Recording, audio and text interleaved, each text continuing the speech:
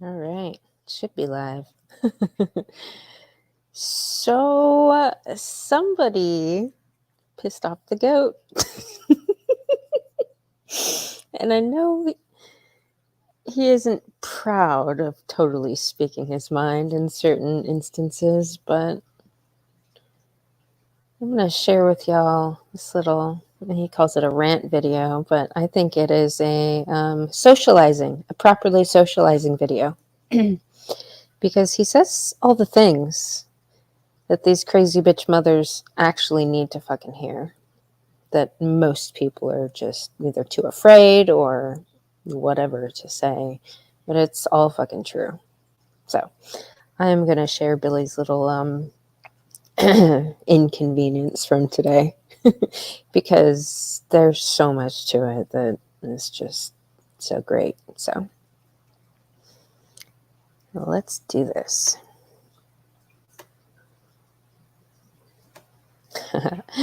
And I love the title, Parents Who Fail at Safeguarding, because that is exactly what the hell's going on in our society. Mothers. I bring it all back to mothers because they are the largest demographic of people that are fucking things up currently. So, the irresponsibility and the fucking carelessness of these crazy bitches is literally producing the society we have currently. So, I think mothers need to listen to this. All mothers and fathers of people. Because it's right and it's true. So. Just had a bit of a tete-a-tete with one of the parents at the school after we were dropping the kids off. This woman, mother, was, I'm not sure how the conversation started. I'm trying to remember now. Um, Talking about like social justice issues, kids. It ended up being about racism and saving the planet. Her argument was that it was a good idea to be teaching these kids these issues, and my argument was like, no, this is adults passing on. These are adult issues being passed on to the kids to fix and sort out. That's a stepping over the boundary there, and not right. And government shouldn't be. Maybe that was one of her points, that the government is telling the school to teach these policies. And I said, well, that's where the school has effed up, because they should be safeguarding the children from such things. Politics and social justice issues don't belong in school. Racism is being taught to the kids. Like, among these children, who is racist? None of them. They're oblivious to what race even is, and sexism, and saving the planet. These are adult problems that were created, and and so really the responsibility and accountability falls with them. They're the ones who should be fixing their own issues, and not trying to. They're trying to I suppose their point of view might be something like, breed out the problem, but you're not breeding out the problem. You're teaching the kids how to be racist. And this mother was like, yeah, but if the kids learn how to recycle, then they can start telling their mum and dad to use the right bin. And I'm thinking, this is backwards. So you want the kids to be telling the parents how to conduct themselves. It's pretty simple. Like, with children learn through model behavior. If you're not racist, if you're tidy and clean and responsible with your environment, then the kids will see that and emulate that. Where are they picking up these bad habits? Is from bad parenting. And this mother doesn't want to hold herself accountable at all. She's expecting her kid to be accountable on her behalf, even though the kid hasn't committed any crime here. You say to the kid, hey, kid, I want you to stop being racist. And what happens if the kid turns around and says, Well, I'm not being racist. You are. But this mother doesn't see it that way. She thinks it's a good thing that the school is trying to indoctrinate these children. It is guilting them before they've even done anything. And this mother was looking at me as if I was being absurd or preposterous in that, what are you suggesting, that we should round up the parents and put them in I'm like, well, what is she saying, round up the kids? But either way, this I wonder why I want to leave this country.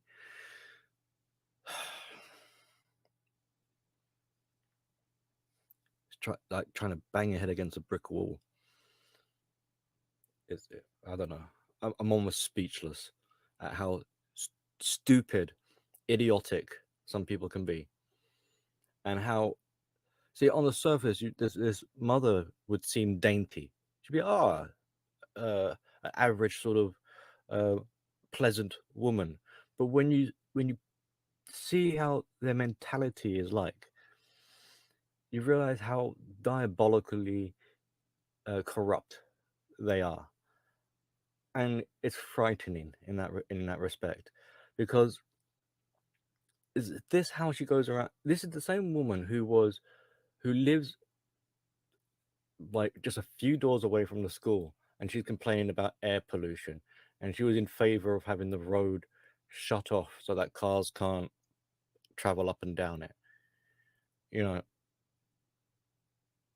and I'm just thinking, and people like you are the influencers in society, you numbnuts of a people,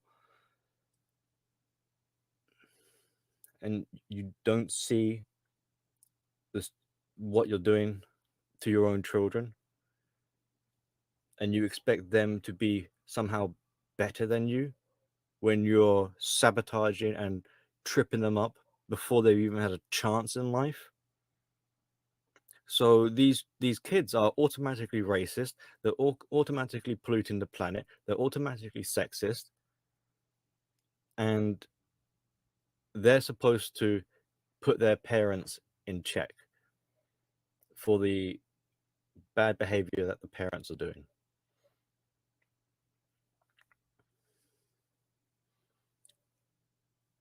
And somehow like a reverse sort of feedback type of, like, why don't you just fix the parents, give them a bit of a slap of reality,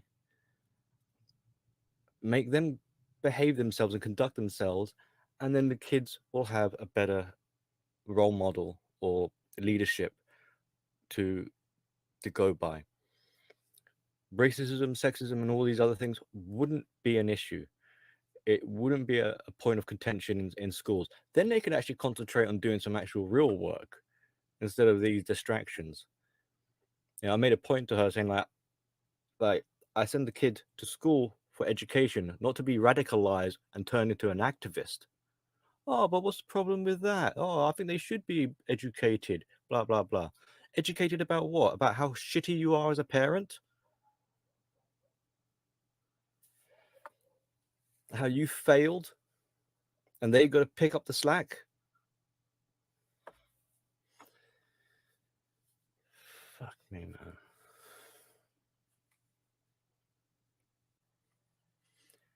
And of course, while this is going on, you can sense that air of arrogance on this parent's the vibe, like how she's pure, how she doesn't do any of these things, but these rascal of a children, they're the ones who are causing all this disruption in society, and we need to fix the kids, and the parents are washing their hands clean of any accountability in this situation. It's the blame is being put onto the other parents, everyone else, but this social justice warrior of a mother. And there's plenty of dads out there who will co-sign on that, so they're not off the hook either. It's a lot of them. It's disgusting, and they've got no shame in it. They got no, well, they choose to play dumb and be naive at their participation. Maybe psychologically you can see sort of why, because when you follow the chain of like, how did we get into this mess, it kind of comes back to them. Then they defer.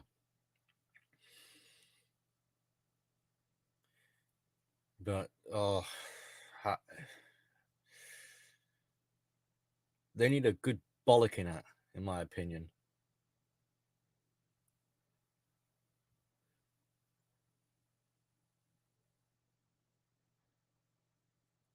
And one day, maybe, long down the road, when it's far too late, when the kids are older, and even then, those parents, when they look at the monsters that they've created, will probably say something like, the kids need a good smacking, when really it's the parents that need the smacking.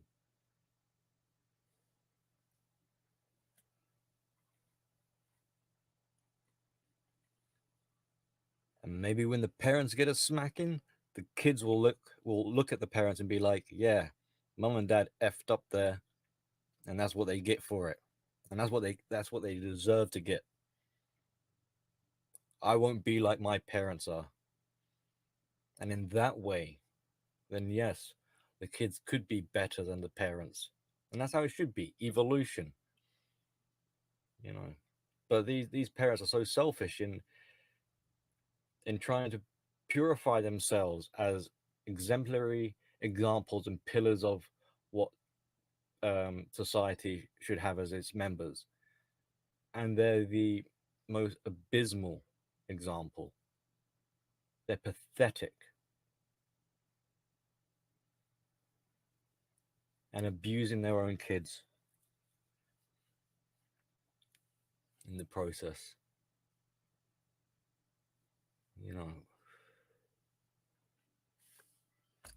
How do I know that you're being racist? Because you're telling them not to be racist. The same principle as do you tell your kid not to shit on the floor? No. Why not? Because you don't shit on the floor, so they don't.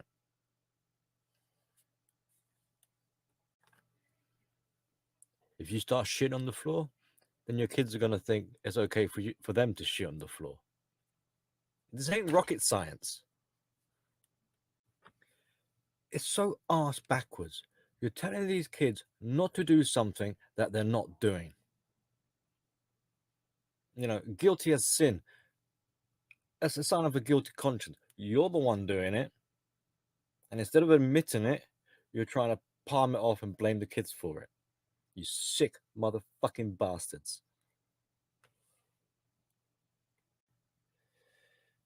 Sorry about the rant. Just had to get that off my chest.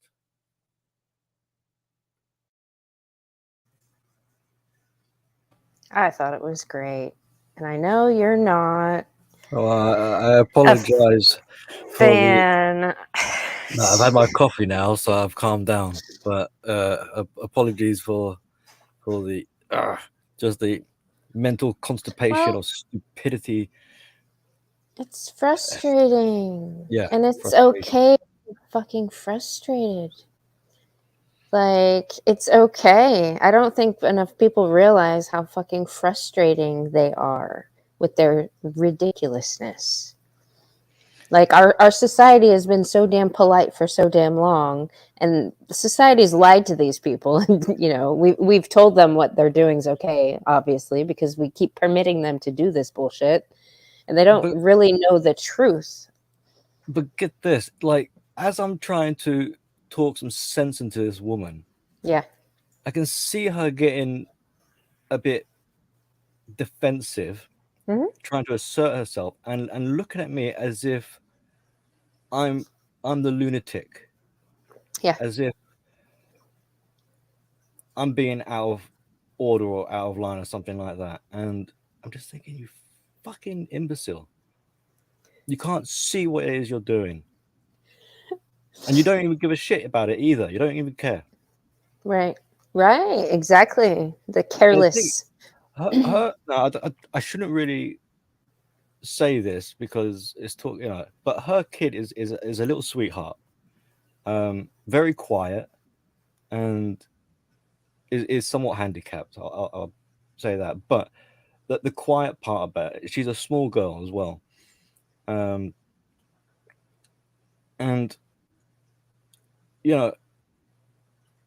I don't think that kid even is like, she must be so confused that's why she's quiet, because she doesn't know where she stands in life.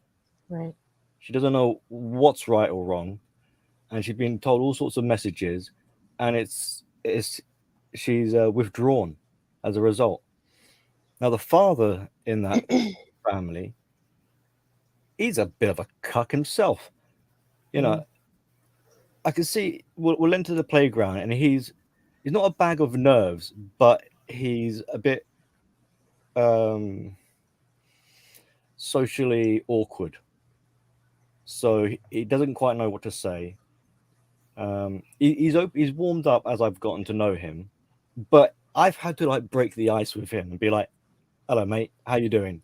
What's up?" Control your fucking wife. I've been close. I've been close to sort of dropping little hints at him, trying to red pill him, sort of thing. But he can't. He'll still be on the sort of social issues and try and defend it. And I'm just thinking, you're fighting a losing battle here. Well, maybe I'm the one fighting a losing battle, but it's just, and not to pick on that family, that's just a snippet of the majority of what they're like there. Right. She tries to say that oh, we might not have like racism as an issue in our school, but in other schools they might have it. And I'm thinking, well, bollocks to the other schools. Yeah. Why are we having it in ours then? And she makes this argument of like, well, maybe she might have a friend who's picked on, who's being bullied, and then she can sort of defend their friend. And I'm thinking, what, your little kid who's quiet as a mouse is going to speak tiny up, right, and is going to like battle racism, right? Little social justice warrior in training. And if you take their argument and sort of extrapolate it out, and let's say it all goes tickety boo by their planning, and these kids are no longer racist, then what's the point of then her hypothetical scenario of a friend being victimized by it is voided out. It's not in theory it wouldn't happen, Right. so what's the point of trying to tell all these kids to not be racist if you're saying to me that later down the road they're going to be victims of racism? Right. How about you like backtrack and be like, well, where is the racism coming from? The kids aren't going to school and one day thinking to themselves, well, I'm just going to try being racist for the kicks and giggles. No, they're picking it up from their environment, from the parents, or maybe from the other friends and social media. But the parents is the point of call, like the last line origin. Of defense. Well, they're the point of origin, also the last line of defense. Right. So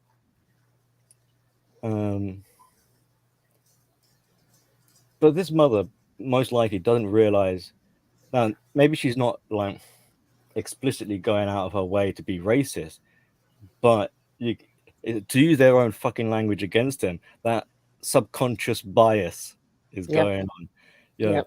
Deep down inside, she's probably got like a little squirrel of prejudice, like, oh, those minority. She makes this point about, oh, because white people are the majority and we're more affluent. I'm thinking, bollocks, we are. Right. We're very soon going to be in the minority here. Right. No. Not that that's an argument or an issue, whatever. But to go around as if, oh, what was it during all that sort of BLM stuff? The BLM stuff. White. Oh shit! What is the way they worded it? The white guilt, Mm, something like that. yeah. Well, they're just passing on generational trauma, so you know that, Billy. Yeah, and adding to it. Oh they're yeah. blowing it out of way proportion. They're escalating it. Yeah. By the way, let's say good morning, JR. Good to see you as always. Lawrence, you're such a fucking troll. Alice, you better screenshot this one. This is what Alice secretly desires with her channel. This is what she's going for, by the way. Good morning, Coley. Good to see you. Yeah, long time no see, man. Yeah, Coley said the teachers as well. True story. Well, the teachers Emmanuel. are the ones trying to get them to like picket and with banners and Yep. placards and rally. You know, it's just like, oh, show racism the red card. The thing is, if you're late to school, you get a red card or a red ticket or something like that. So it's like, you dumb fucks. Yeah. You're using this. So if you're late for school and you get a red ticket, is that kid going to start thinking, oh, I didn't realize I was a racist? Right. And on top of it all, sorry, hi everybody. I'm in the middle of a rant. Yeah. And on top of it all, like psychologically, if you're telling kids that, oh, you're oppressive, you're sexist, you're racist, you're infidel, you're scum of the earth because you do all these bad things, you're destroying the planet, you're killing all these turtles that they've never seen before in their life. Right. Then what additional message are you telling the kids? Not to like yourself. Right. So hate who you are. Repent for your sins that you've never committed. Yeah. Pay the toll. Yeah. That's where the white guilt comes from. And you know what's strange? I think that these social justices, I mean, I know we've talked about how they're like a religion, you know, all these dogmas are kind of religious in nature, but it's something similar to the Catholic guilt, you know. It is. It's the parents that are like, I'm not going to pay for my sins. I'll get my kids to pay on my behalf. I will sacrifice my kids so that I can go to heaven. Right. They can burn in hell. Yeah. Manuel said, Manuel said the lack of true deprivation struggle and the promotion of unearned respect as a virtue are two of the main reasons for the delusion of the West: body positivity, affirmative action, pronouns, etc. Coley said 40% Melbourne's population are born overseas, and that's just one city. That's crazy. Oh, they injected all these migrants and their families, etc., are being dispersed in Melbourne and Sydney alone. Yeah, I know. Australia's just like the UK. It's having a mass immigration fucking problem. I think it's every Western country. I don't know though. I don't know how bad of a thing it actually is. If these people, because I know, I mean, every single illegal alien that I meet here, I mean, even the dudes that came to replace my HVAC unit.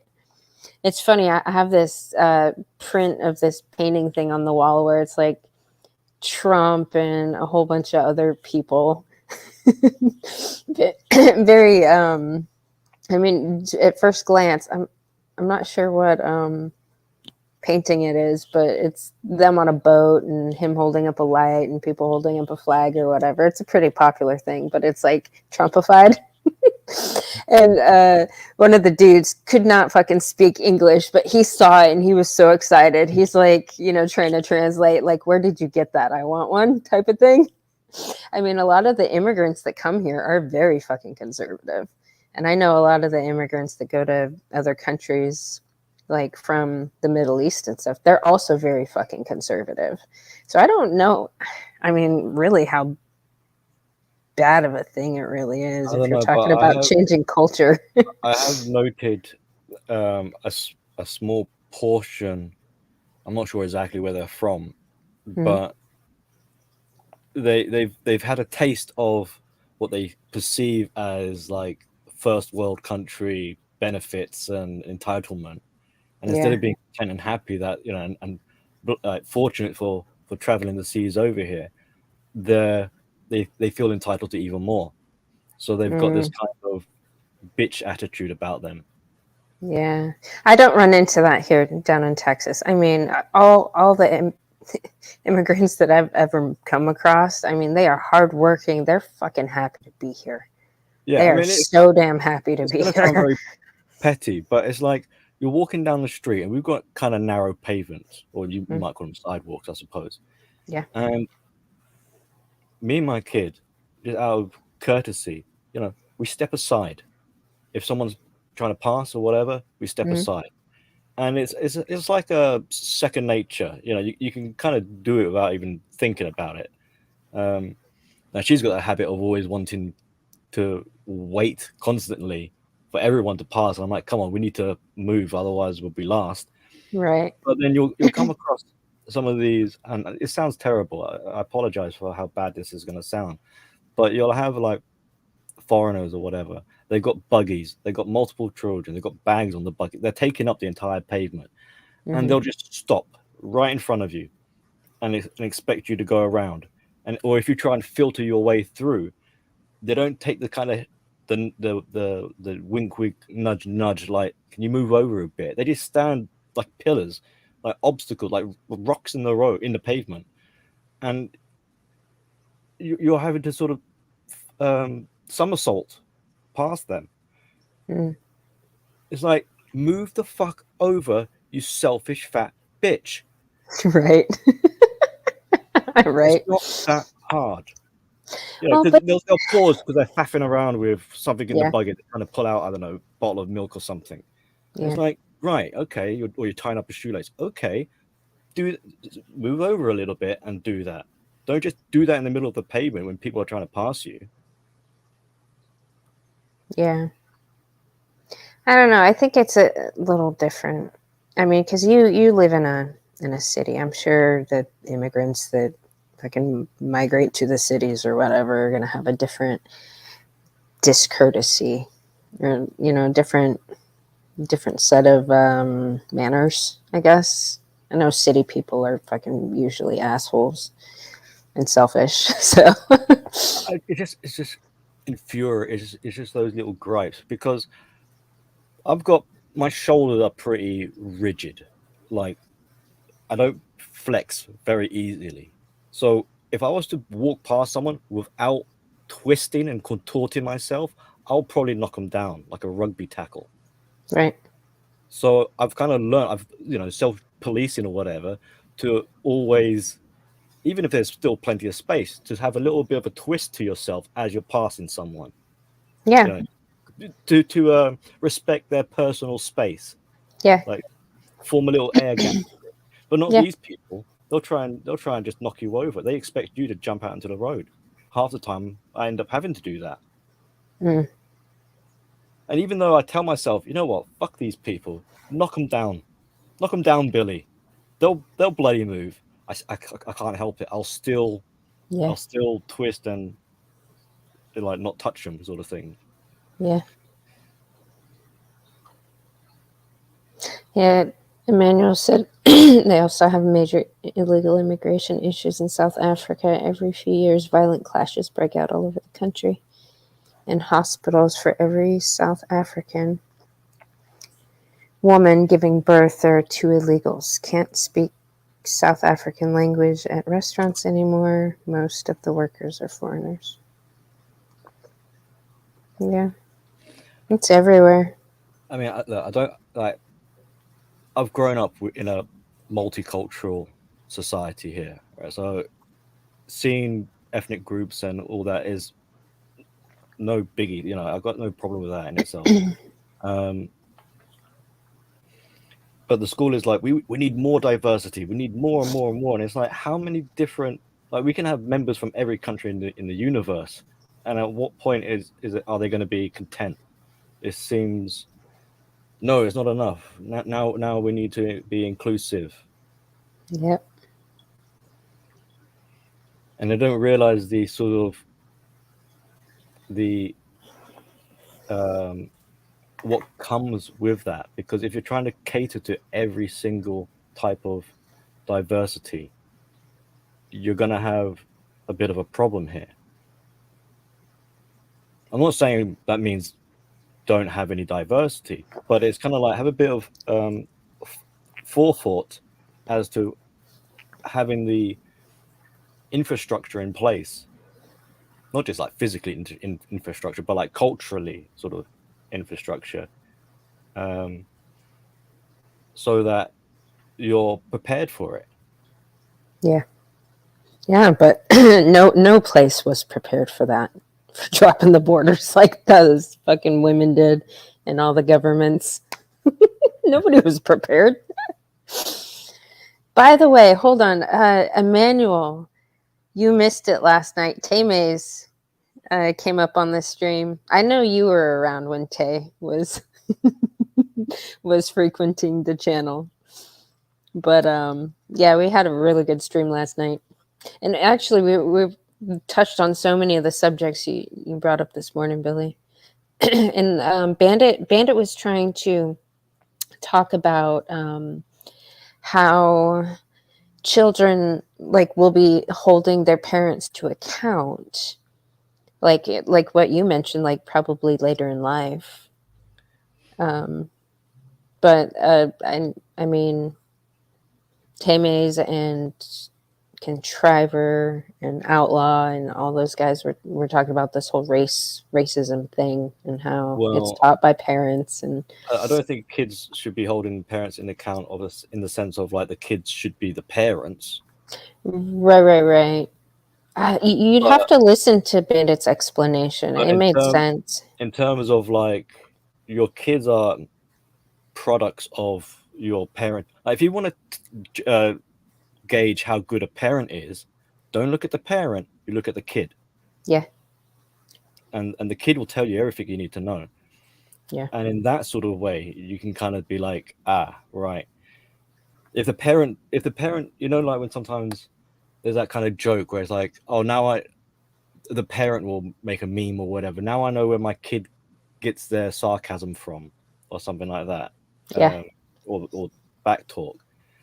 That realization that the parent has created a monster. Yeah. And they laugh it off as if it's a funny joke.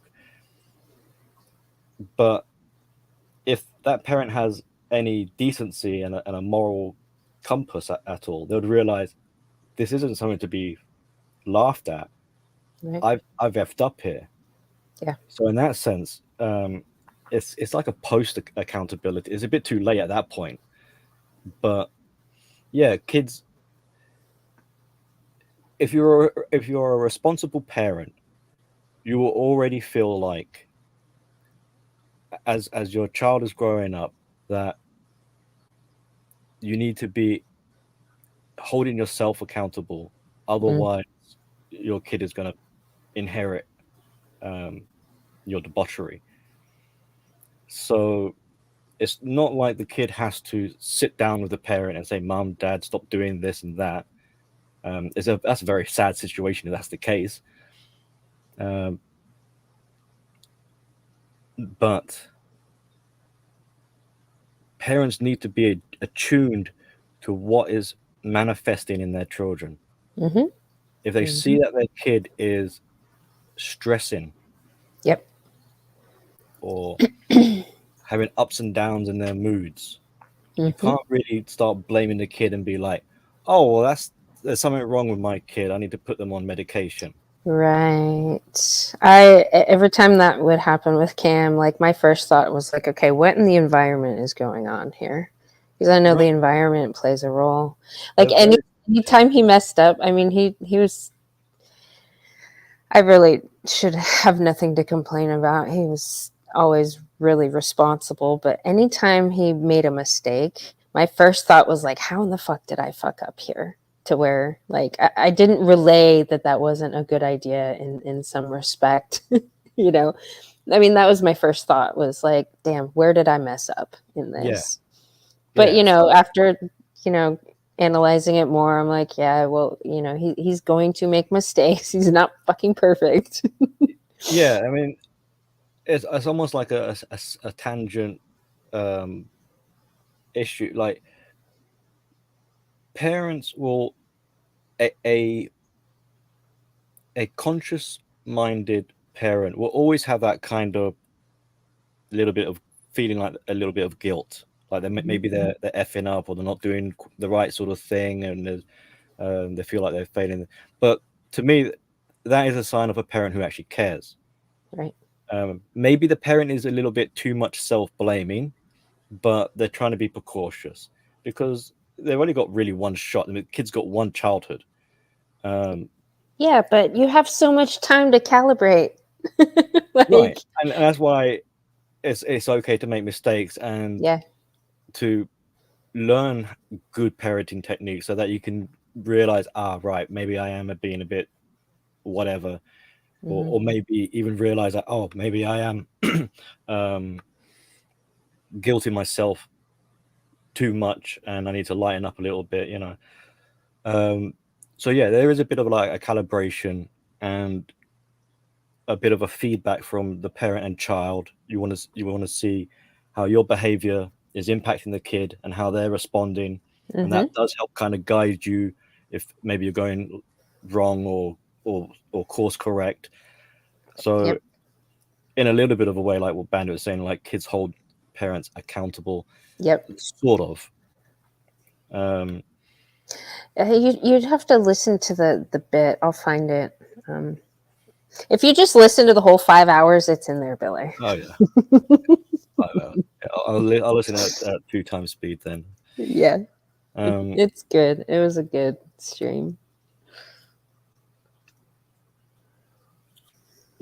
but in the sense that when you're guess what, when you're a parent, you have some responsibilities, people. You know, What? that means you can't go out and just gallivant and do what you like anymore. It means you've got to make some sacrifices. Mm-hmm. And if you don't, then the kids are going to pay the cost. So um, in a way, the kid can kind of, some parents might be a bit selfish in this and be like, oh, my kids have cramped my style, like I don't have freedom anymore, I can't go out anymore because of my kids, That hold my on. That's annoying kids. hold on. That sounds like a feminist talking. Well, yeah, you know, Oh, my kids ruined my body and they ruined yeah, my social life and they call me mom. I don't want to like am an individual. I have a name. I'm not a mom. yeah. And that's the disgusting part, where it's like the Yeah. resentment towards your Yes. kids needing you, like your kids, if you have to drop something for your kids, Mm-hmm. you fucking do it. Yep. You know, you don't put your kids second place or third place or whatever, especially when it's like, oh, I'm gonna go out girls' night, f the kid, and the kid is crying. Where's mummy? Where's daddy or whatever? What's going on? Who the hell's this person turning up the house? No, that stuff. Like, you shouldn't have had children if that's what you want to do. Right. Like, get your wild lifestyle out of the way. When you decide to settle down and be a responsible grown up to have your children, then think about having children. Don't have children and then afterwards think, oh, this sucks because I can't do what I like anymore. It's like, that's well done, Einstein. Like, when your kid is, what are you gonna do when your kid is like vomiting or sick and you're See, not there?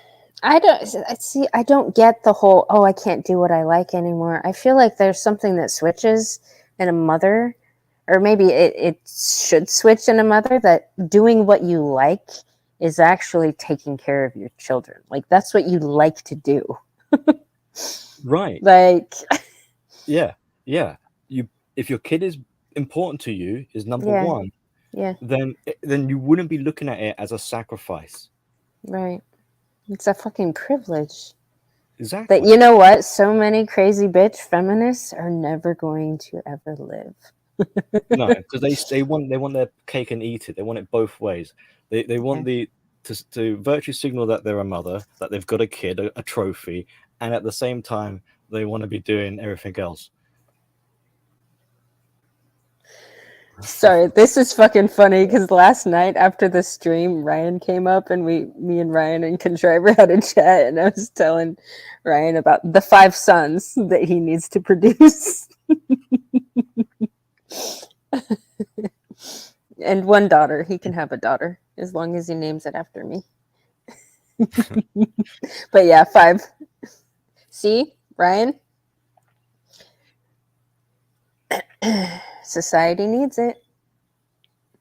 That's the maths, okay? For you and your progeny, we need 5 to rebalance society.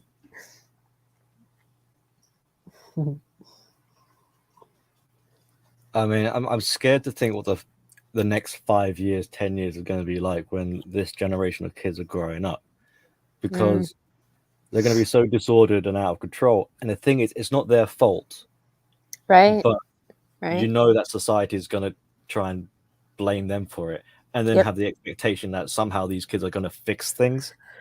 Right. And that's we need to go back old school. I mean, what even I think Emmanuel would be a good one to get on this chat. Old school, what used to happen to parents when their kids fucked up. Like what society used to do to the parents instead of the children. I mean, isn't there a place in the Bible that it was like, the child should not, pay for the sins of the father or something like that? Maybe. I think one of the problems we've encountered with modernization is that, see, in older times, Yeah. the family was high value. There Yeah. wasn't really external tantalizing distractions to take people away. Yeah. But as time's progressed, the family's been devalued, has been looked at as a sort of hindrance, because you can't do your career if you're having a family. Put your career first. Says the feminists. And there's so many like hedonistic pleasures out there. Yeah. Where people would just want to be like, well, I want to party on down and live it high. And which I never understood. I don't know.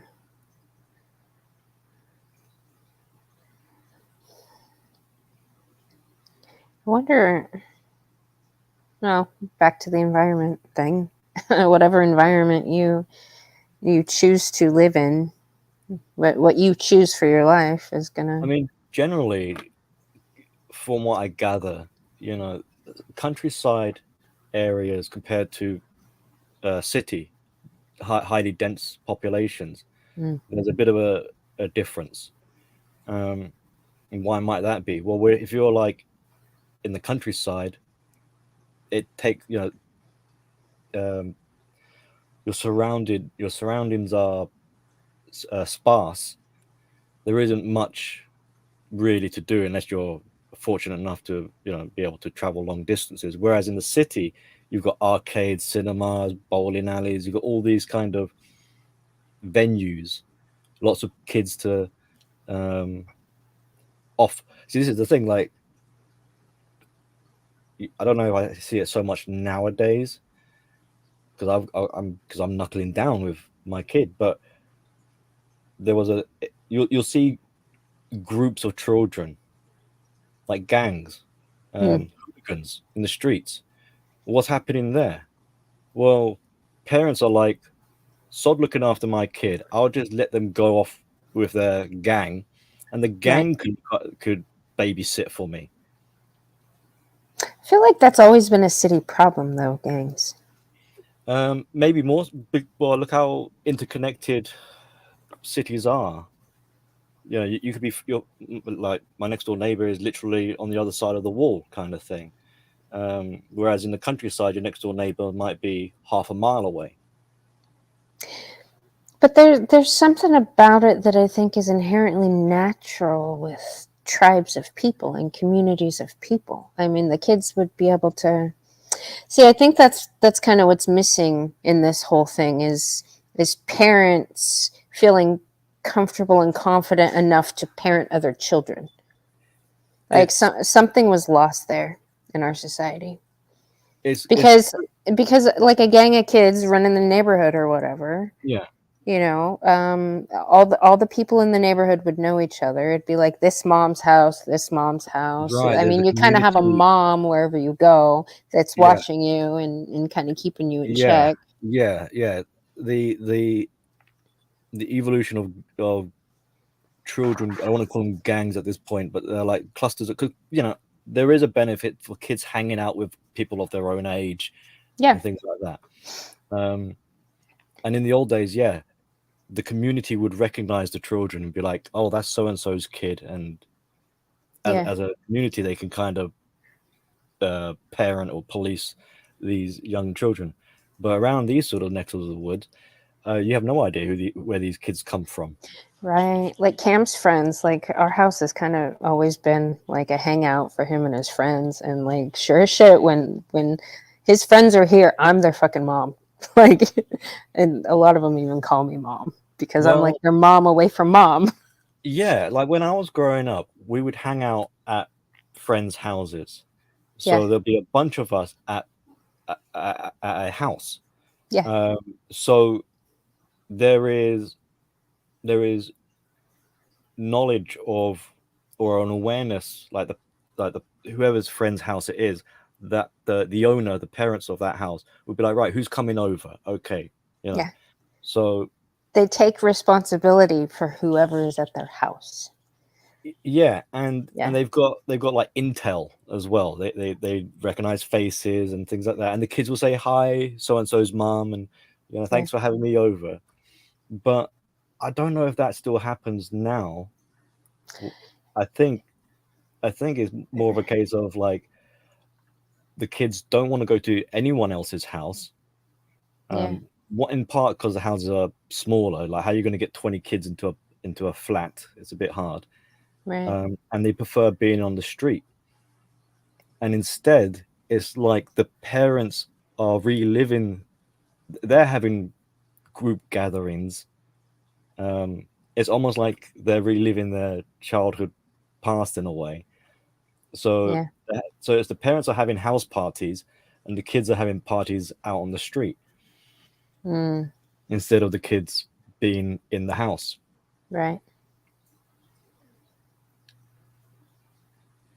Yeah, Coley's right. It still does in some circles still. That's why I like the community that I moved to, that I wanted to raise my son in. I was looking for that. Like, I know where I grew up, the culture was so toxic because, I mean, just the government dependency in Washington State is ridiculous. Everybody's on fucking drugs. Everybody's, numbing pain or whatever on whatever antidepressant or alcohol or whatever. That parents don't really pay attention to the kids. And I blamed it on, the weather. When it's overcast 80% of the year, you're going to fucking be depressed and you're going to numb somehow or whatever. So I always just attributed that to the weather. So I was like, I'm going to move somewhere where it's sunny because it seems to be different. The culture seems to be different. The communities are different. The values are different. Like, I wanted to raise my son in an area where I felt like it was more natural, I guess. There's a disconnect now with, like, it's always been a case in history where kids will try and be a bit secretive about some of the shenanigans they get up to. They don't want mom and dad to find out. But I think even more so now, and it's easy for them to have a separate life because mum and dad are too busy with their crazy things going on to really Yeah. pay attention to the kids, and the kids are so overwhelmed with all the other stimuli they've got going on that the parent-child relationship has fragmented and is distancing themselves. Like parents have, it seems that the parents have no real idea about what their kids, um, not even just what they're doing, but no idea about the kids' ambitions, their interests, Right. their um, their quirks, their personality. They're just not interested. All they want the kid for is to take the blame, take the brunt, um, and be a bit of a trophy or something. Right. Yeah, it takes making a conscious effort, like what we were talking about earlier, just the recalibration. It's like that when you're like with Cam's friends. I mean, when he first met a friend and wanted to go to their house, I would always make sure to go to the house, meet the parent. I wanted to be inside the house. I wanted to have a look around to where my son was going to be spending time when he wasn't around me. I wanted to meet the parent, develop a relationship. And likewise, like if they were coming over, I wanted the parent to come over here. So, there would be a level of comfort. Like I feel comfortable sending my kid over there, you know. Now, Definitely. just so happens, like a few of his friends, I went over there and I was like, and I wouldn't even say anything. And Cam would be like, yeah, I don't want to go over there. I'd rather have them come over here. And I'm like, cool. I I still met the parents, but Emmanuel said the big mistake was letting the state get involved in parenting. I think parents realize that it becomes too risky to play that parent role for other people. I never thought about that. Like I didn't give a shit about the state. I was like, this is how it's going to be, and that's that. Like if your child is at my house, and I let the other parents know, and they actually appreciated it. I'm like, if your child's at my house, like I will be keeping an eye on things, and I will be treating them like my child. So just FYI, they're like, oh my god, I love that. So I mean, if this is sort of true, that's like if you can trust another parent to be responsible and looking after your kid, yeah, that's a big plus. yeah, You know? I was being told a story. Now there's this young boy, and he's got a bit of a temper. So you can see that you can already tell like something's not good in his household. upbringing, yeah, Um, and I've gotten to know the little kid as well, and I can see the nice side about him, right? I think I mentioned before, like they'll play football, and hmm, when my girl is around, they're yeah, aware she's a girl. Don't go blasting the football at her, kind of thing. So they kind of soften up a little bit. So yeah, I can see that this kid is going. He's got in his nature. He's really kind, and I can see he's a good kid. Unfortunately, he's got this struggle, and it's manifesting in him mm, having a bit of an attitude hmm, uh, and all this. I was told that one of the other families was having a little get together. There was food. The father of this boy overheard that there was going to be a gathering, so he kind of self-invited. He kind of party crashed and said, "Can my kid come to that?" mm, So the family said, "Okay, fine. We don't want to be um, like say no to you kind of thing." So they allowed the boy to come over, and apparently when he saw all the food, his face lit up, and mm, he was scoffing his face, and he was having a good time, yeah, um, and all this. And when you think like, well, what's going on in your house then? Like, you're not happy. It's just even more sort of proof in a way that you're not happy at home. You're not being fed well. Um, and it's just a bad situation.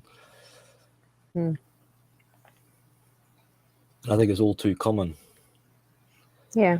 But in terms of a relationship with parent and child, like if you still got children who are fully grown up, 30, Mm. 40 years old, and they're still visiting their parents, and there's like a good relationship going on there, then Yeah. that's kind of like a good sign of a good upbringing. Yeah. But I don't think you're going to have many kids doing that. As soon as they hit Right. adult, they're going to want nothing to do with their parents. Exactly. And that's how these children ultimately hold their parents accountable. Like my mom, for instance, will never fucking see her while she's alive ever again. I will go to see her when she dies just to make sure she's actually dead. I want nothing to do with her. Period. The end. She was completely cut off from my son's upbringing, mostly cut off. But yeah, no, like there's a lot of parents that already lost their kids and they don't even know it. Like their kids are not going to want to see them, spend any time with them. Well, with that example, I opened up, well, you opened up with the stream with, you know, these are kids who are like 8, 9, 10 years old. Mm-hmm. And this is already going back, like the seed of disconnection was already planted years ago. Yeah. Like more and more kids are becoming withdrawn. They've got identity crises, like they don't know Yeah. who they are anymore.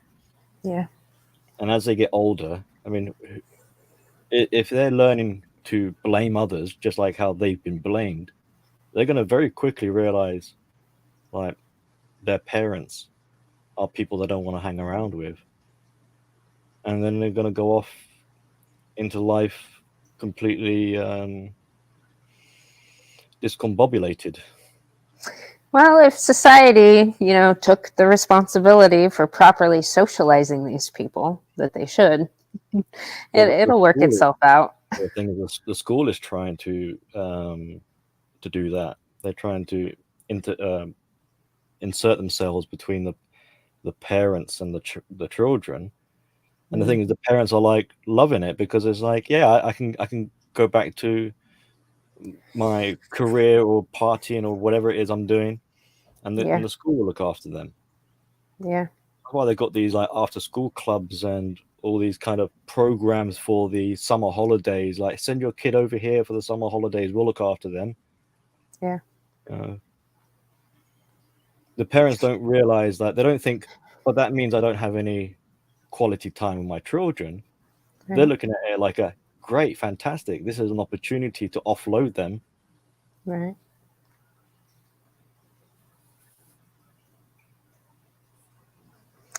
Yeah.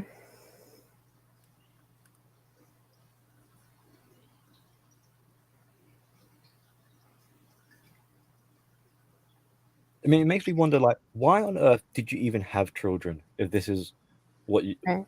like? What is the point of it all? The inherent need to procreate. Biology. I don't know.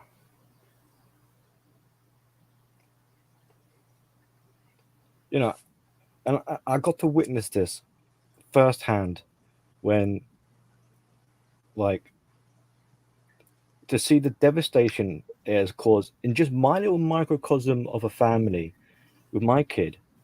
Where's mum? I don't know. Oh, she's working late. She's not even working late. She's out gallivanting. Oh, sorry, Mm. she's not gonna be back tonight. When's she gonna come back? I don't know. Oh, she's come back. Oh, she's drunk. Like, what the hell? Oh, she's gonna go on vacation. Gonna be gone for a week. Oh, Dad, what about our vacation? Sorry, daughter, we don't get one apparently. You know. And the thing is, my kid is still, and this is where it gets even more tragic because she's still, she doesn't understand obviously, but she's still loving and caring in that sense where it's like she doesn't quite realize that a lot of her heartache, missing mum, sort of thing, is Mm. because of mum. You know, Yeah. like Yeah. I mean, until I mean, but you know what? There's so many people that I've seen that have had mothers that didn't actually give a shit, that broke their heart their whole fucking life, and they never gave up on the fact that they still wanted a relationship with their mom. Like they, and I think because I struggled with this a lot in my teenage when I was still contemplating, like, you know, oh, let me give her a chance. Let me give her a chance to actually be a fucking mom. Like, because it's not the way it should be. It's not the way it's supposed to be.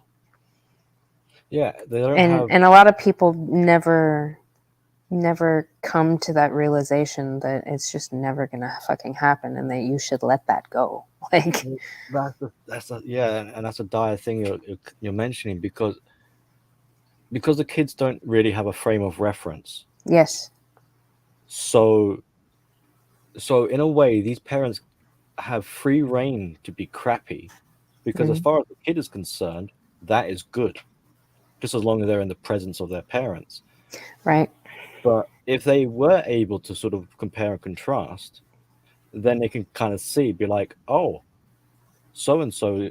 Well, the thing is, when my kid tries to compare herself to the other children, she sees that the other kids have like Nintendo consoles and Game Boys or whatever, materialistic, and she doesn't realize that, well, that's the parents sort of bribing their kids with other distractions. And the thing is, I don't know if this is what's taking place, but when the children, I'm sure the other children are aware that my one doesn't have a mum, and maybe Right. they might have said like, "What is your mum like?" I've heard a couple of them ask me. They come up to me and be like, "Oh, is mum dead?" I'm like, no. And like, how do I explain this sort of thing to a 9-year-old? Right. So they're sharing information amongst themselves, like who's in your house, what is it like in your home, how Yep. does your system, and all this. Yep. And the general, what I'd imagine, pattern starts to emerge is that no one has a traditional family, really, or if they do, it's a bit of a kind of quirk. Right. So if one kid turns around and says, "Oh, my dad beats me," the other kid thinks, "Oh, that's normal." So if my parents start yelling at me, then everything is normal when it's not. That doesn't make it okay. It's normalizing this effed up style of parenting. Yeah. And if you were to sort of try to interject and say, "Hey, this ain't good," then shame on you, because who are you to say what a normal family is? It's like, well, I might not know what a normal family is, but I know what you got going on is unstable, not nurturing, not a good environment, and no way can you tell me that that's good for your kid. But society says you're not allowed to do that sort of thing, and you must applaud because they're struggling so hard or whatever, you know. Yeah. I don't care what society says. Society can fuck off. No, I get it. Like, people struggle, and things might not be perfect or ideal, which is more emphasis on, well, why it is you as a parent need to knuckle down that much harder. Right.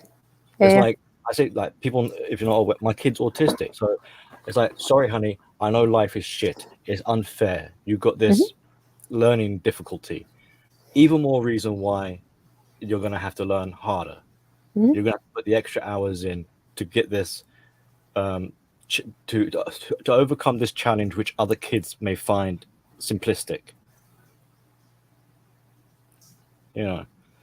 And it, I can understand and appreciate that it could be stressful. Maybe in part this is sometimes why my kid, it is in part why my kid has meltdowns, because she's frustrated that she can't do things easily.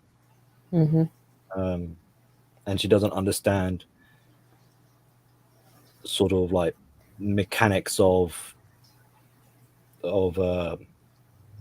interfacing with reality. Right. But as a parent, that indicates to me, well, that those are areas we need to work on. That doesn't mean, oh, okay, we won't bother then. Like you struggle to uh, open a can of baked beans. Okay, we won't bother ever open a can. No, it means I'm gonna have to teach you how to hold a can opener. Find a way. And yeah, find a way, and we'll get Mhm. this open. Yep. Yeah. Or like the oven, don't burn yourself, kind of thing.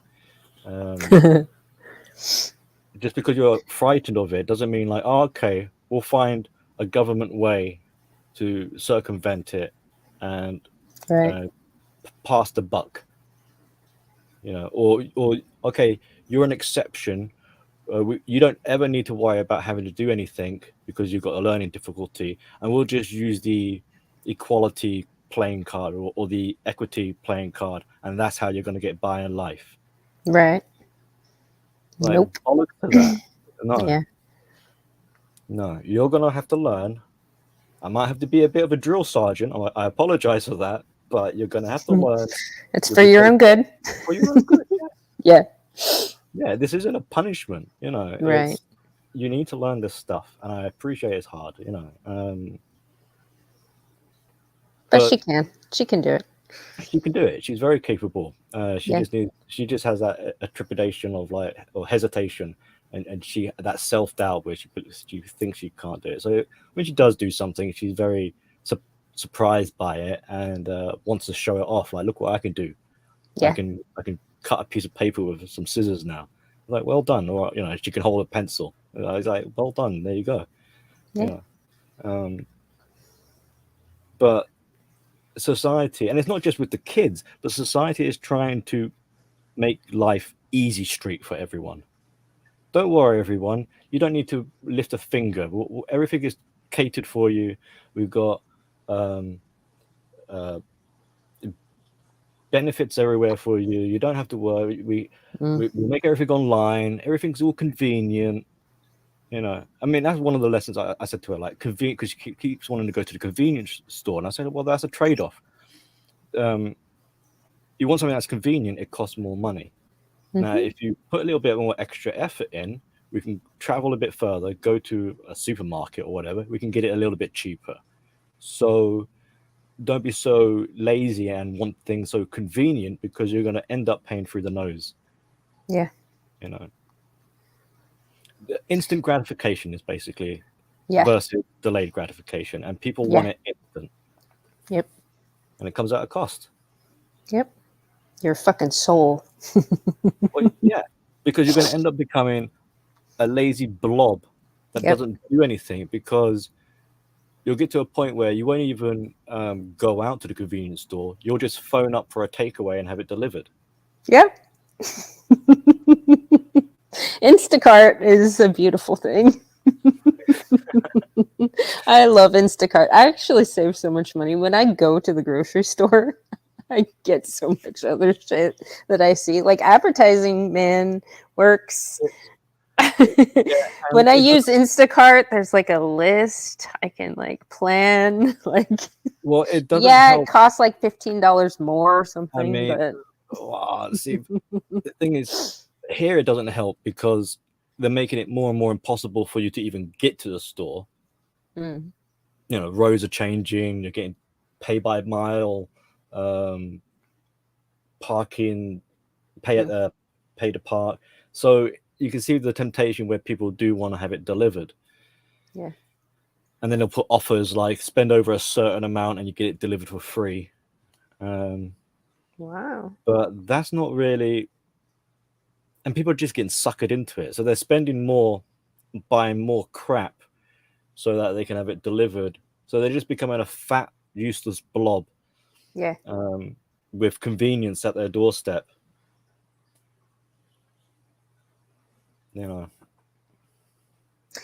Emmanuel, I want to talk about this. Billy is touching on a catch-22 situation. I think most of us would like to have government out of our business as parents, but we also don't want kids of irresponsible parents to have no recourse. See, and that's why I just want to appropriate all these structures that these feminists put into place, because I mean they're already there. They're just not doing a good job or the proper job. And if they want to keep their job, they should probably fucking hold parents actually accountable. Where I think government should toe the line is in support, to help support, not to substitute.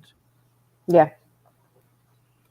So if you've got a single parent household, Yeah. they need to have a bit of an income. Well, instead of the government just saying, don't worry about it, we'll just give you free money. Right. The government says, right, we'll support you in the sense that we'll try and find you a job that can fit around your hours. Then we should change the word. It shouldn't be support, because support alludes to you taking care of. Like you support a family, you support your children. Yeah, like we should change it to help facilitate. By the way, Bandit's here. I'm not too sure, but not support. I mean, yeah, because the sort of the conniving sort of parent is like, they hear the word support and they think golden ticket. Exactly. Right. Exactly. I'm off the hook. You know, I can use this. Like, even without children, you'd get people on job seekers money. And for a long time, the job center was getting a bit pissed off, because the idea initially was that you'd get job seekers money for I don't know how many weeks, until you assuming that you'd get a job, kind of thing. It's meant to help you in that gap between employment. But loads of people were scamming it, and they weren't getting a job. They'll just stay on the dole. Yeah. So the job seekers introduced this kind of, well, you're going to have to prove to us that you're seeking employment. So we want to see resumes or applications every day, sort of thing. Yeah. And people who are on the benefit were getting pissed off by it. Of course. As if like they're being, oh, why is, it's like, well, damn right they should be checking in on you, because you're now becoming bone-idle lazy. This isn't meant to be it's meant to be a sort of like a safety net, but it's not meant to be your bed that you just put your feet up. Right. So you do need a bit of like a checking in on. You shouldn't be proud to be on job seekers. It's something you might need to do while you're out of work, but you need to get your butt back into work. Yeah. But the fact that these people who are claiming it are livid, that how dare I be checked on and told to go find a job? This is supposed to be covering my expenses. Well, that's just the wrong mentality. I don't even know if I like rehabilitation. I feel like it should be a word that it's more humbling to accept, something a bit more shameful. I mean, support's kind of one of those things that can be used for many, many things. This should be something that's like I mean, maybe it should be a little bit humiliating. Like something Bandit brought up last night is shame. Super important. We need to shame more people in society. Like it should be that's why I never liked the idea. I mean, my mom, was always on government assistance. And I'm like, it is too fucking easy for crazy bitches to take advantage of this system, because I mean, if it was a church and it was like donations, and this is like, I felt like if my mom would have had to go somewhere and look somebody in the face and be like, can I have, because I don't, and I need to feed my children, like that would be a way more humbling experience for her. And she would then be held to account by somebody, you know? I mean, if you're needing to be shamed, you're already Yeah. too far over the mark. You really need to, you should, someone who has a good mindset or a good Yeah. ethic would Yeah. kind of feel embarrassed Yes. before they You need to be shamed. yes. You know, and like Yeah, you say, like, but when you miss the mark and you step out of line, that shame would help put you back in line. yeah, at that point, yeah, as a kind of like as an emergency sort of line of defense or whatever. But you shouldn't really get to the point where you're taking the piss so much that you don't feel any embarrassment or any Right. obligation, that now Right. you get to a point where someone has to actually say, "Oi, you know, we're going to shame you to make you realize that you're being a dickhead about this." Yeah. You know, because if you're that sort of unaware, naive, or whatever, that someone has to kind of like pull up your socks for you all the time, and what else Right. are you going to kick up the backside for? Charity.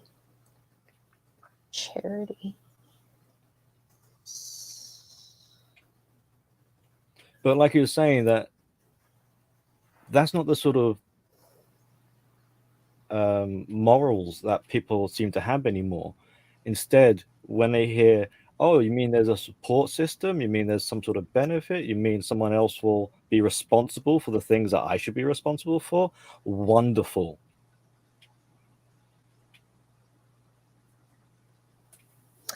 Aid, welfare relief, financial relief, funding, handouts, gifts, presents, And that might be a donations. bit of a premonition there, where don't be surprised in the future when the great happens, that their excuse will be like, "Oh, but no one told me I had to do this.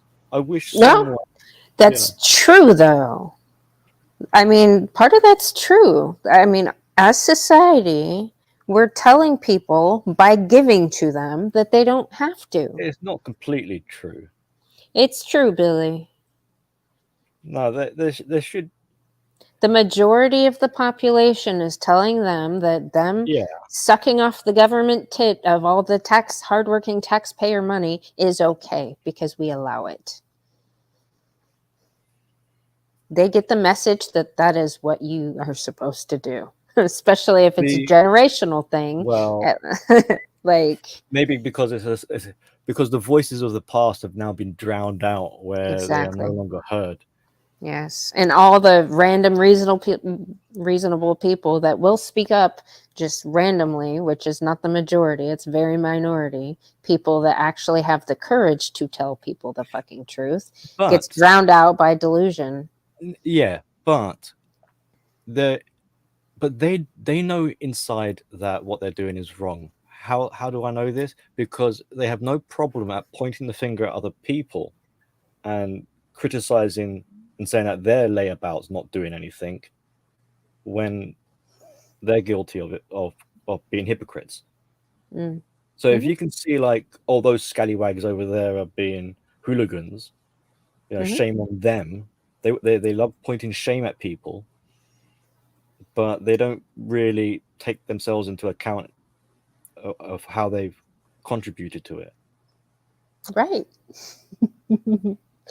And you know what? And that might be a part of this fucking mass psychosis and the crazy bitchery that's going on. They might just be projecting their own shame. Maybe they subconsciously kind of feel a little bit. I mean, it pops up every now and then, but they drown it out with all kinds of shit, There's suppress it. okay, But it so comes out regardless. there's this bit of research that I'm working on a little bit that talks about what we're discussing here. How do I tie it in better? So the way we tend to identify ourselves or characterize ourselves isn't really who we might think we are. It's more in the lines of who we like to who we would like to be or who we wish we were. Mhm. Because who you are is sort of like on autopilot. You don't really consciously have to put any effort into it. Mm. And it's it's not as high a value as something that you've had to work towards and overcome as a challenge. So when it comes to like presenting your worth to society, you don't present who you actually are. You present this hero's journey of the challenges that you've had to overcome. And you start to identify as that. You start to say that this is who I am. I'm this warrior, when really that's not who you are. So you could say so as part of like this projection, you're very good at spotting, like it's also a little bit of a parallel with happiness and sadness. You don't really notice things that make you happy, but you're very sensitive to things that make you unhappy. And so bitching and complaining is easy peasy. Mhm. Pointing at bad things is easy peasy. Mhm. So if you can say, right, I'm an abusive asshole, I see it clearly. Well, if I project that onto my kids or someone else, and they carry that for me, Mhm. then they could be the scapegoat. I could be the golden child. They can go to hell. I can go to heaven. Mhm. And it's that kind of swapping of identities. Yeah. Well, back to rehab. Manuel brought up something. He's like, wait, they've managed to remove the shame from rehabilitation in the West? Okay, yes. So over here, it's associated with drug dependence or jail. People who are recovering from physical injury always have to clarify that their rehab is not the drug one. I think most call it physio. We don't call it that in the United States. We call all rehab rehab. And the majority of people, when they talk about rehab, they're talking about physical rehab. So they've medicalized behavior, so to speak. That's a big part of what feminists have done here in the West. They've gotten rid of all the boundaries between all these things, and like they call it destigmatizing, right? Mhm. So yeah, they have removed shame from every place, ultimately. And yeah, Billy just unintentionally explained why modern women all claim to be 10s. Oh, that's the donkey parrot. Donkey parrot who wishes it was a unicorn. Yeah, Yeah. Alice. Yeah. Why every not just they're a 10, but they're the 10 of all 10s. Right. And why is it a 10 and not something more modest like a 9? It has to be, the pinnacle. And it's the most virtuous of the virtue. When really you're like, you're a horrendous mutated fiend. How this is crazy. Mm-hmm. And it if you go down to the core, it's because of the low self-esteem. So I explained it to Kush as well. It's like when you get a fat person on a plane who can't sit in the chair, Mm-hmm. they don't think to themselves it's because they're fat. They Right. start blaming the chair. Yeah, because they don't want to take any personal responsibility for anything. Yeah, well, it's because they're so shame ridden that, and this is something that's a bit unimaginable. How can you be so shamed that it's they have to do the inverse and be deluded about it and be like, well, no, I disown being shamed, and instead I'm gonna be this perfection of idolization. Right. So I'm not going to be satisfied with a 3 or a 4 or a 5. No, I'm going to be numero 10 above all 10s. Yeah. And essentially that's the sort of I'll get around to doing the donkey parrot video because it explains it much better. Yeah. Yeah. JR. Wish I had the brain nugget to understand. I'm just a dude that punches femmes in the face. I think you inherently know exactly what we're talking about, JR. You just don't need all the dissections of all the things. You know it when you see it. JR just wants it like raw. He doesn't need the pseudo fluff. Yeah, I mean, yeah. He just needs, like the punchlines for his punch. But I mean, yeah, just the bullet He points. knows exactly what's going on though. And he doesn't even care to learn how to fucking communicate it to the crazy bitches. So he's like, "Fuck you guys." Well, that's why you can hear it in his style. It's very potent and concentrated. Yes. It's like summarized to the point. Blam. Yep.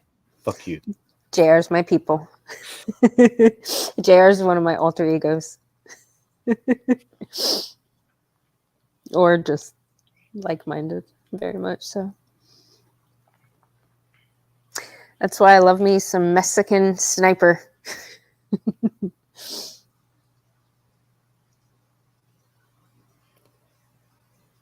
Unearned respect, unearned university entrances, unearned positions, unearned 10 ratings, pure delusion. Exactly.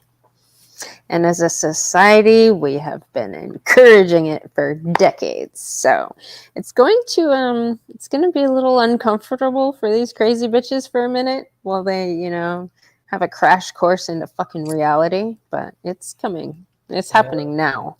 So yeah, they're gonna work themselves into a point where they're going to be punching themselves in the face, really. Yeah. Which in a way kind of makes things a little bit easier for us. They already do. Well, yeah. Where one ideology butts heads with another one, and they kind of had to play this silly game of cat and mouse with themselves. Yeah, JR said, "I'm the wall. Send them to me." Yeah. He also self-identifies as the wall, and you have it on your stream. The wall defeats them all. Yeah, well, not anymore, but yeah, I did for a while. Yeah. Yeah. I went for a new look. That's good. Well, we started this stream by talking about this mother. Yeah.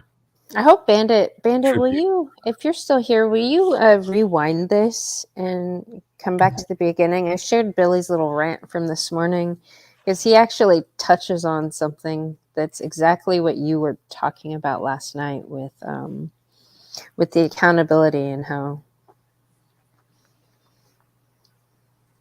kids. See, it's interesting listening to it from you and the way you structured it and listening to what Bandit talked about and how he structured it. And it's the exact same fucking thing. You just come at it from a psychological perspective and he comes at it from like a moral kind of religious Catholic perspective. But you said the same fucking thing. I don't know if you want to talk about, this might upset a few people, but as maybe a subjective point of view, but to be a parent is an honor. It's a maybe one of the biggest kind of things you could possibly do with your life. Yeah. Never mind just like on a biological sort of carrying on the genome sort of level, but to know that you've got a hands-on front row experience opportunity to affect a young life that will grow up and have a life of their own. Yeah. That is monumental. Yep. And if they so come up to be like a decent upstanding citizen, then kudos to you and bonus at this point kind of thing. Like you must have done something right, but a sense of fulfillment anyway, and pride and joy and good stuff like that. Yeah. Just if you don't have children, this isn't like a dig at you or anything like that. It's whatever it is. It is what it is kind of thing. It's the biggest responsibility you could take in your entire life. Yeah, you have to be selfless. You can't be a parent with a selfish attitude or a selfish sort of reasoning behind. There is an argument where you can say, you're because you want to have children, that sort of builds in a little bit of like a selfishness in there. Yeah. But maybe it's a bit of a conversation for another time. But you're sort of you're the way I see it is,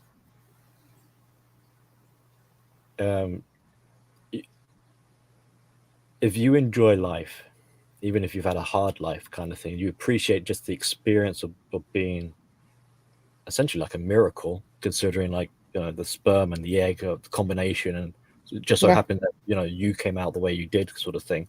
Yeah. And you want to pass that on to someone else so that they can have the same kind of fortunate sort of life experience, not saying of like yours, but of their own, is somewhat like magical, to make it sound a bit whimsy. But I forgot where I was going to go with this.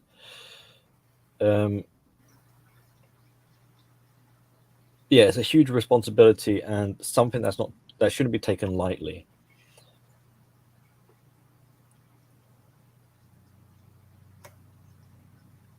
And I don't know, it's CJ said there's nothing noble about having kids. I just looked up noble. Belonging to a hereditary class with high social or political status, aristocratic, having or showing fine personal qualities or high moral principles and ideals. You know what? I would agree with you only in the respect that just having kids is not noble. I think being a really good parent is, though. And producing a really good member of society is noble. Because it takes a lot of fucking hard work and a lot of sacrifice and constant recalibration of and personal discipline and all kinds of things. You could say maybe like it's a virtue, but even then, it's something for the kid. It's not really for the parent, because the parent's going to get old and fucking die. What good is that going to do them? No, I think it's for both. I mean, because you do. I mean, this feeling of pride and satisfaction that you did a really good job and produced a really good product, so to speak. I mean, there's okay, you can give yourself joy in that. Yeah. Well, there's joy. Yeah, but I mean, it's not instantly gratifying for sure. Look, it's delayed gratification for sure. If my kid was to turn to me and say, "Thank you for being my dad," I would say, "No, the pleasure is all mine. I thank you for letting me be your dad." It's been an honor to serve you, my daughter. You go off and live your life, and thank you for allowing me to sort of witness your upbringing and help guide you so that you can do what you want and go your own way, sort of thing. So if there is nobility in it, if there is virtue in it, I think that in part is a gift that is given to the child, really. Like the kid, I think it's a two-way street. The kid doesn't necessarily have to. The kid doesn't owe it to their parents. Right. They don't owe it, but they ultimately, if done well, if you've done a job, they want to willingly. They'll yeah. They would do. Yeah. And that's an additional sort of blessing. It's kind of like, well, I appreciate that. Thank you very much. But even then, it's still, make sure you think of yourself, so that for your own self-esteem, and you're all right, kid. Don't worry about it. Like, you go, you do you have a good life, and that will be the thanks in a way. Yeah. You don't need to You don't need to go out of your way to thank me. You can do it through your actions. Yeah. I want to get to what Emmanuel says, but fucking something CJ said. I love my kids, but not your kids. See, and I think that's the difference between the sexes too.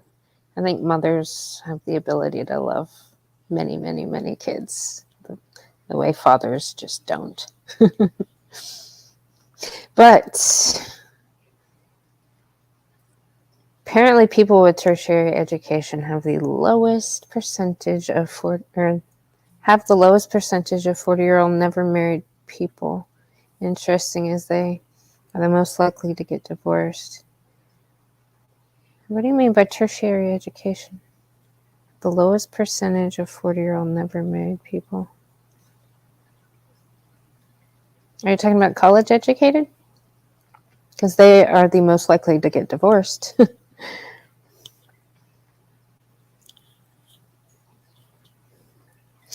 Feminist hypocrisy. I don't know. I will have to find out exactly what you mean by tertiary education.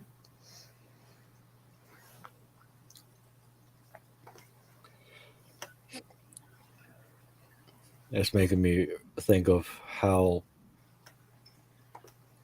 they really don't have a clue what they're doing. They're just making it up as they go along. Yeah.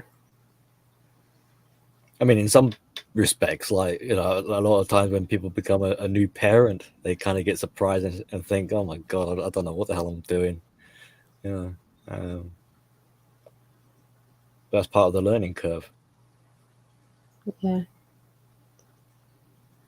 Well, if you're fucking smart, you can You get a kind of heads you up. can admit that you don't know what you're doing, and you should probably learn.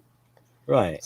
That's why you refer to other people that have already done it when you have questions. I mean, you might have a kind of inclination that, like, let's say, you discover that you're pregnant, kind of thing. You go, I'm going to be a parent to be soon.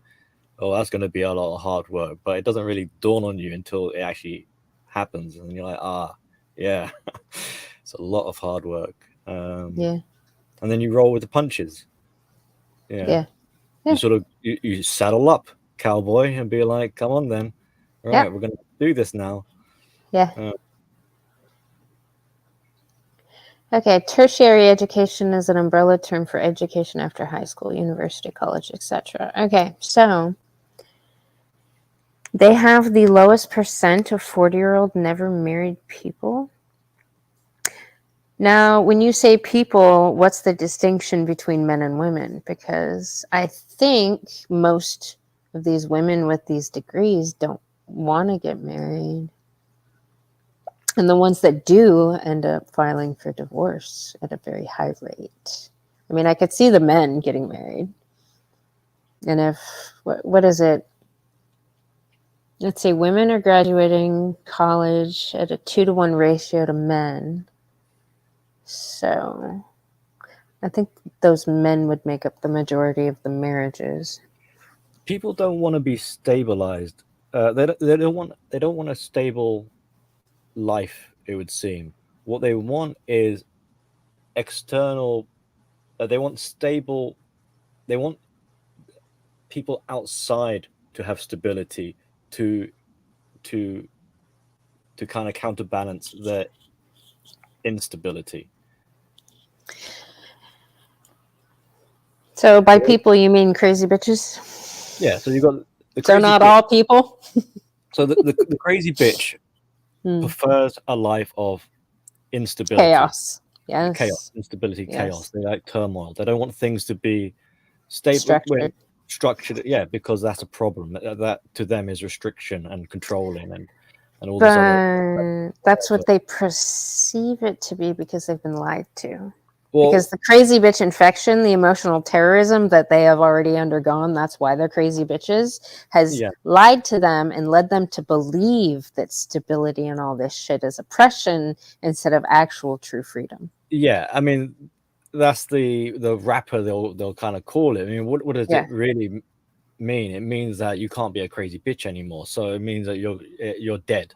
Your crazy bitch infection has been Yes. eliminated. Eradicated. Yes. Well, the crazy bitch infection doesn't want to be eliminated.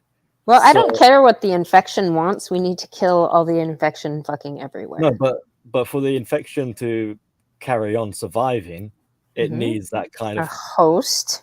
it needs that unstable environment or whatever. So it's a Exactly. requirement. It needs that unstable environment. And by environment, that means all the people surrounding this said crazy bitch. So if the environment, a society, took the fucking responsibility that they're supposed to and stop the crazy bitchery, they could do that. It's a bit of a double-edged thing. They they want additional unstable people around them because that helps them to spread and feel comfortable. But an unstable environment is by definition unstable, so they kind of need caretakers to make sure things don't go totally out of whack. So they are reliant on Enablers. enablers who will toe the line and act accordingly. Pick up their fucking slack and take care of them. That will follow the rules and follow the procedures and have a moral code, Yeah. but at the same time still facilitate the turbulent environment for the infection to thrive in. Yes, the enablers actually incubate that shit. And you know what? That is so not even fucking kind or nice for these enablers, these codependent fucking crazy bitches themselves who think they have their fucking shit together and want to take on some kind of moral superiority. Like, ooh, I need this crazy bitch around because this just proves how much better I am than this crazy bitch. Well, it's completely fucking selfish. Yeah, the enabler thinks that they can kind of keep shit together. But they can't. But their shit's not even together. Well, that's the thing. And due to proximity, and exposure and corrosion, they become tainted as well. They're already tainted, I would argue, if they would even tolerate and entertain this crazy bitch to begin with. I mean, there's already an element there for for that. They've already got poor boundaries for that transfer to take place. But I would argue that they're more fucking selfish than the crazy bitch. Are they more selfish than crazy bitch? Because they need that crazy bitch to be around for them to feel fucking good about themselves. They're disgusting. You've got this argument of counter manipulation. Yes. So, in the end, it's kind of like they play each other off as fools, and in a sick, perverse way, maybe they're sort of made for each other, but it's fucked up. It is fucked up. It's a mutual masturbation that they do. A shared fantasy. Whatever you want to call it, Billy. They jerk each other off with their fucking fuckery. And it makes them feel really good about themselves. Both. It's so weird. It's like the enabler having the crazy bitch in their life makes them feel good about themselves. And the crazy bitch having the enabler in their life makes them feel good about themselves. Like, it's sick. It's weird.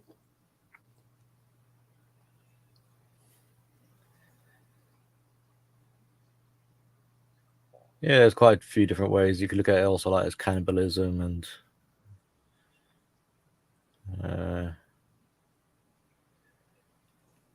I think where it gets additionally sick is they want a third party to play, They can't just keep it to themselves. They have to sort of start putting in what is okay, what is the mental thing? Okay, there's voyeurism. People who like to watch stuff, right? In the sexual realm. Who are the people that like to be watched? What are those called? I don't know. You should I don't know this really, one. I don't really look into like sexual psychology, but it Sexual sounds, deviancy. You don't? but it sounds as though with the feminists and Voyeurism. they're spreading out is they're trying to make a giant orgy out of it. They are.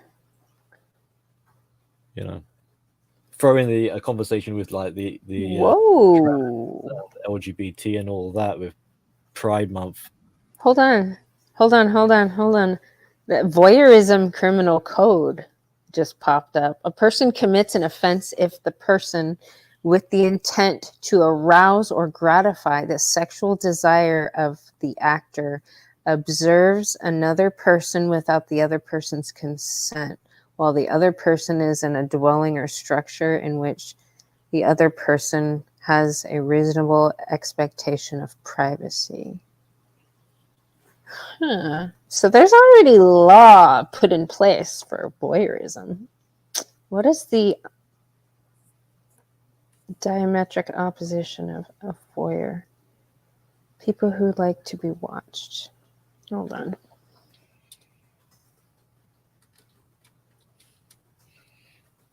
Like to be watched. What is a proper term for a fetish of being watched? Okay, voyeur is a person who likes watching others indulge in sexual acts. Exhibitionist. Okay. One who likes to put on a sex show while someone is watching. Okay. So those are... It sounds like, are we talking about those like Cuck Murphy here? Yeah.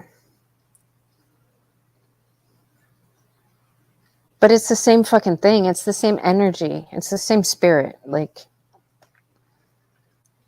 I mean, they're all fucking sexual degenerates. And feminism has, spewed sex all over society. So everything's about sex. Marketing's about sex. Advertising, fucking. Yeah. I mean, they're trying to teach our children about gay sex. Like, let's be honest. Of when you look at like survivalistic characteristics, Emmanuel knew. I wonder how he knows that. No, I'm only joking. But because you got aggression and sex are, what is it? They activate similar areas of the brain. Okay. So there's a bit of a correlation, is basically what I'm saying, between violence. Well, there's that Jane's addiction, sex and violence. And so if you've got a thrill seeker or something like that, or someone who is used to the buzz from aggression, all tied in with the survivalistic, animalistic side of things, then sex can kind of play a little role there. So that's what the crazy bitch is a voyeur, or an exhibitionist, and the codependent is a fucking voyeur. That's what it is. I wonder if we could prosecute this. Possibly. I'm gonna have to work on connecting these dots. I mean, there's laws already in place for this shit. Yeah. So when you got things becoming so destabilized and fractured and splintered, and people becoming more traumatized and entering this sort of state of survivalism, they become more selfish and impulsive in the here and now, desperate, erratic. There's a whole cluster of behaviors that go with it. Yeah. They're very hostile because danger all around me, and also need to shag. Crazy because you don't know if you're going to be alive tomorrow. So all bad signs of a collapse. Emmanuel learned it from the same community that keeps telling to stop kink shaming. Exactly. Destigmatize all these fucking terrible things. These crimes that we're committing, destigmatize it. Quit shaming people for fucking being criminals and degenerates. And you know what? Society fucking listened to these crazy bitches. And you know what? Society deserves this shit. Because the people that don't fucking shame them deserve, what did you call it earlier? A good bollocksing? Sometimes we'll say a rollicking as well. A rollicking? What? Yeah, just try not to say bollocking, but you know, it's just like fucking mincing your words. Just Yeah. bollocking. Yeah. Don't you? Is that an English expression? Give someone Yeah, I don't know what it means. Does that mean like a pummeling? An ass whooping? A good telling off. Oh, an ass chewing. Yeah, it's like, I just got bollocked at. Okay. Well, I mean, that's different than getting your ass whooped physically, getting it verbally whooped. So, yeah, good to know. There you are. Some of the Queen's speech there for you. English 101. Yeah. Yeah.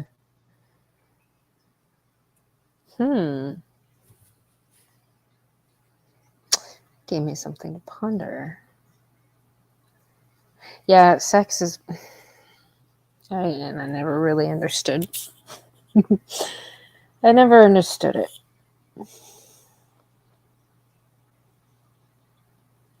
And you'll probably notice as well, just that it's kind of like fetish sex or extreme sex. It's not like bland, straightforward, you know, traditional sex. It's something kind of perverse. Wait, what? What is? The sex that they're trying to promote and put out and like porn sex. Porn sex and that's cultured sex and things that are like on parades and in the schools and you know, it's some reinvented form of it. It's not just the simple I won't say mathematics, but the simple act of, you know, ones and zeros, like straightforward. It has to be kind of some sort of fucking furry and whatever it is. Their imagination runs wild, you know, and it's just like the more out of this world it is, it would seem for them, the better. Right. I think that's a symptom, though, of porn culture and people not valuing that and it being freely expressed everywhere. Like there's no boundary. Like that's a fucking personal thing that should be shared with two people, two consenting adults. It's nobody else's fucking business. Like the amount of times I hear people talking about things like, oh, this is gonna be so fucking disgusting, but like they'll call it fapping and be like, oh, no fat month, or I don't, or retention. I'm just like, I don't fucking care. I don't want to know what you do. Right. Have some boundaries. Have some dignity, you know?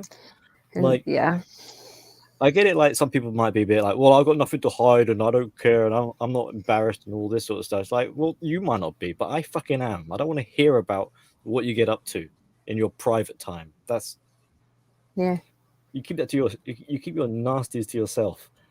See, and you know what? It devalues it though too. The more you share it or whatever, it lowers the value of it. Like, yeah, well, and the meaning of it. There's just some taboos that just don't go there. You know, you keep that shit to yourself. At least spare me. If like maybe everyone else is fine talking about what they get up to in their spare. I'm cringing just even fucking. I don't want to know. Yeah.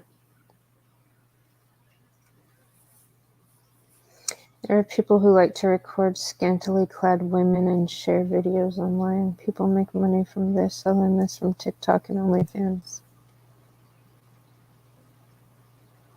Tumblr. Scantily clad. Emmanuel. You're such a gentleman. Horse. Are you talking about horse? Hose.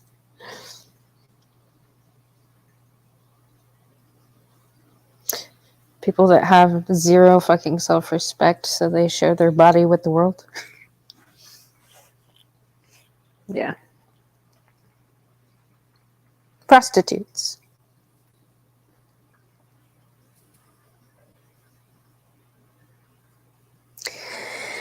Yeah, I don't know.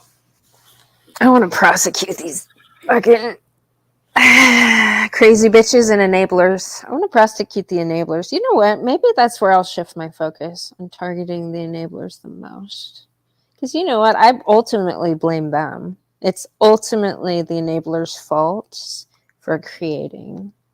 Like trans, for instance. The whole trans thing is what it's pretty much the feminist baby. And now the feminists want to turn their back on their creation. They want to blame trans when they literally created this fucking problem, along with the rest of society that allowed feminists to create this fucking problem. Yeah. And then they want to point the finger and blame the fucking victims. I don't like that. Yeah.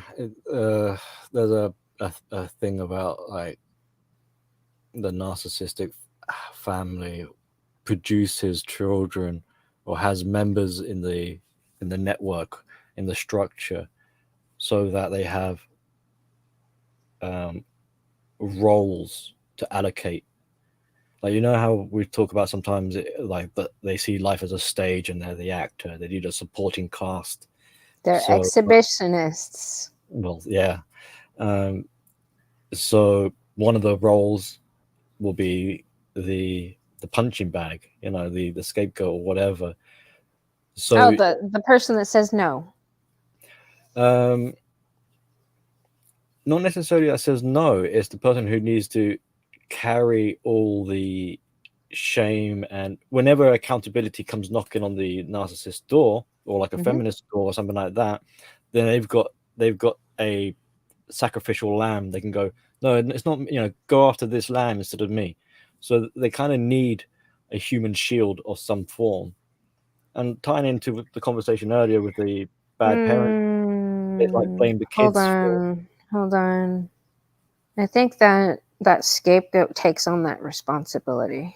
They Because if do. they don't, because if they aren't willing to do that, they would cease to Yeah. be the fucking scapegoat. Yeah, so. They do. Like you have to be Initially, willing to take that on, and initially these they might people not even are. be aware. Right. Yeah. They might not be aware at first that they are being used in such a way. Eventually, they might twig and realize what's going on. Maybe they'll learn the sort of terminology. But even if that you hear stories about scapegoats leaving the family. You know, like, oh, I Yes. found out I was being, so I left the family. That doesn't stop you from being a scapegoat. They'll just smear campaign you behind your back. Yeah, but it doesn't fucking matter. But you've gone distance or whatever, so you're Yeah. out of that kind of thing. But Because you said no. yeah, and what will tend to happen is that they'll reallocate that role to someone else. They always need someone to point their disdain at and say, all the fuck ups in my life is because of you. You know, you did this, and you're the reason, and you're the failure. You're never good enough. So you're the new scapegoat. And it doesn't necessarily have to be a family member. They could blame their next door neighbor if they wanted to. You know.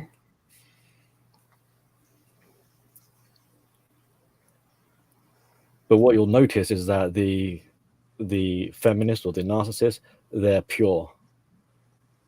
So if the feminists are trying to blame the trans and distance themselves, it's not it's so that they can purify their appearance. I wonder if it's a bastardized version of like. So I'm trying to think religion, because these things they try to act like religions. These fucking death cults. What in religion are they trying to accomplish by doing that?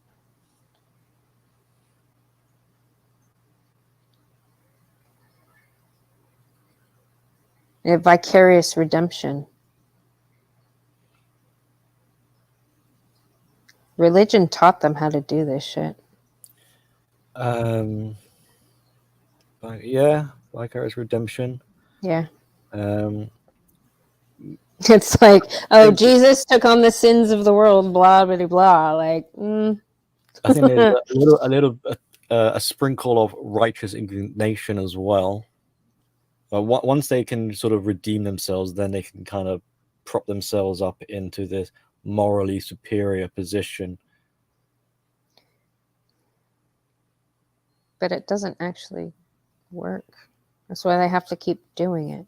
It's not like a one and done. Like, oh, yeah, No. this worked. Yeah. It's like they They have to pretend, continuously do it. Yeah, they pretend that they're it's the master slave or cry bully sort of. They try or Schrodinger's narcissist. They try to be in a higher position whilst simultaneously saying that they're not quite there thanks to this asshole. Right. So they're constantly trying to eliminate this person or group or whatever in order to become virtuous. Never quite getting there. It's like chasing happiness, never quite managing to get it. Yeah. Because their target's off. It should be self-directed, and it's not. That's why it never works. Yeah. Well, and this comes back to like, it's if you're not going to hold yourself accountable and it starts with you, Mhm. then you'll forever have this problem, and they're forever trying to run away from it. It's that kind of like, is there a cure for the narcissist? Well, Yes. sort of, but the cure is going to kill them. What is Yes. that cure? It's to return to self. Mhm. The thing is, the whole point of narcissism is trying to escape the self. So the one thing that will cure them is the same thing they're running away from. Exactly. That's why they need a fucking boot camp or gulag or, whatever. Yeah. Okay. Emmanuel said, Emmanuel, if you would like to come up here, you would be a really good, just because you're Catholic background. Yeah, you're super religious. You know a lot of these things that we're fucking struggling with right now. It's ability that purity, baptism, washing away the sin aspect is why conservatives have jumped on LGB without the T. It's how the left has managed to position LGB as traditional. See, and it's not. See, the whole fucking group of them needs to be fucking. Well, the L needs to be held accountable for creating the fucking rest of them. The L needs to fucking be held accountable, or none of this shit's ever gonna work. This is actually an opportunistic moment for whatever scapegoat group they're using, because the abuser has this assumption that the scapegoat is going to stick around and take it. Mm-hmm. But if the scapegoat realizes that, hang on, you're trying to ostracize me, you're trying to you're trying to sever the ties and dissociate from me, fantastic, I can now run, so they can escape. Mm-hmm. This is a good time. Okay, it's the LGBT community, but if they wanted to escape the feminism side of things, now would be a good time to do that. Mm-hmm. That's why I'm like T, being since T has technically the most power right now. Like they can do it. They're the ones that can actually, and that's what when they're talking about the TERFs and how much they hate the TERFs, they're fucking right. It's the TERFs' fucking fault. All of this shit is going on. Yeah, I'm rooting for the T too. I mean, they're the ultimate victims in all this. They're the product of what this alphabet fucking mafia or whatever you want to call it has produced.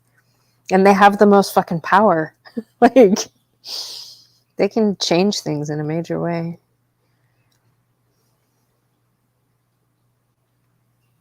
But the feminists, want to cancel them, and then everybody jumps on that bandwagon because of mainstream media and blah blah blah. But just like the MGTOW community being labeled as domestic terrorists by the feminists, those guys don't even fucking understand they're literally in the same boat as T.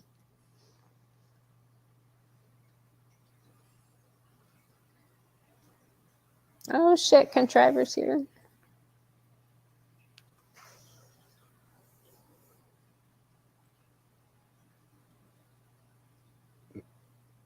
Oh, is he backstage? No, he's in the chat. Oh, I thought he was going to jump on. I'm sure he will. Greetings, if he's not Contriver. busy.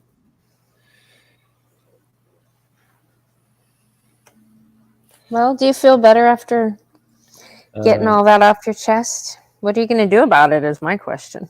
Like, okay. What I'm going to do about it is that bitch better watch out for get out of my fucking way. Yeah.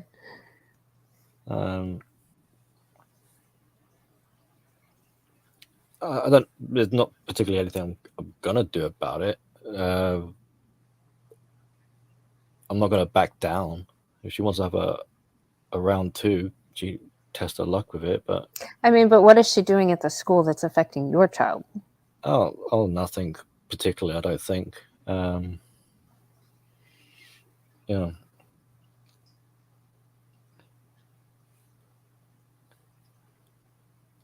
As long as I'm, the way I see it in terms of my parenting, like I have a duty to safeguard and not allow some of this stupid things to like get into the head of my kid, really. And she seems to be all right. Now she's got the autism side of things, which I think is a little bit beneficial, helps in a way. So she's in her own little world separate from that crap anyway. Billy, quick question. Do you have to go pick up Mick? No, not for another Okay. like, half hour. She's at clubs. Okay. But speaking of offloading your children. yeah, no, she wants to do it, yeah. Offloader. Yeah.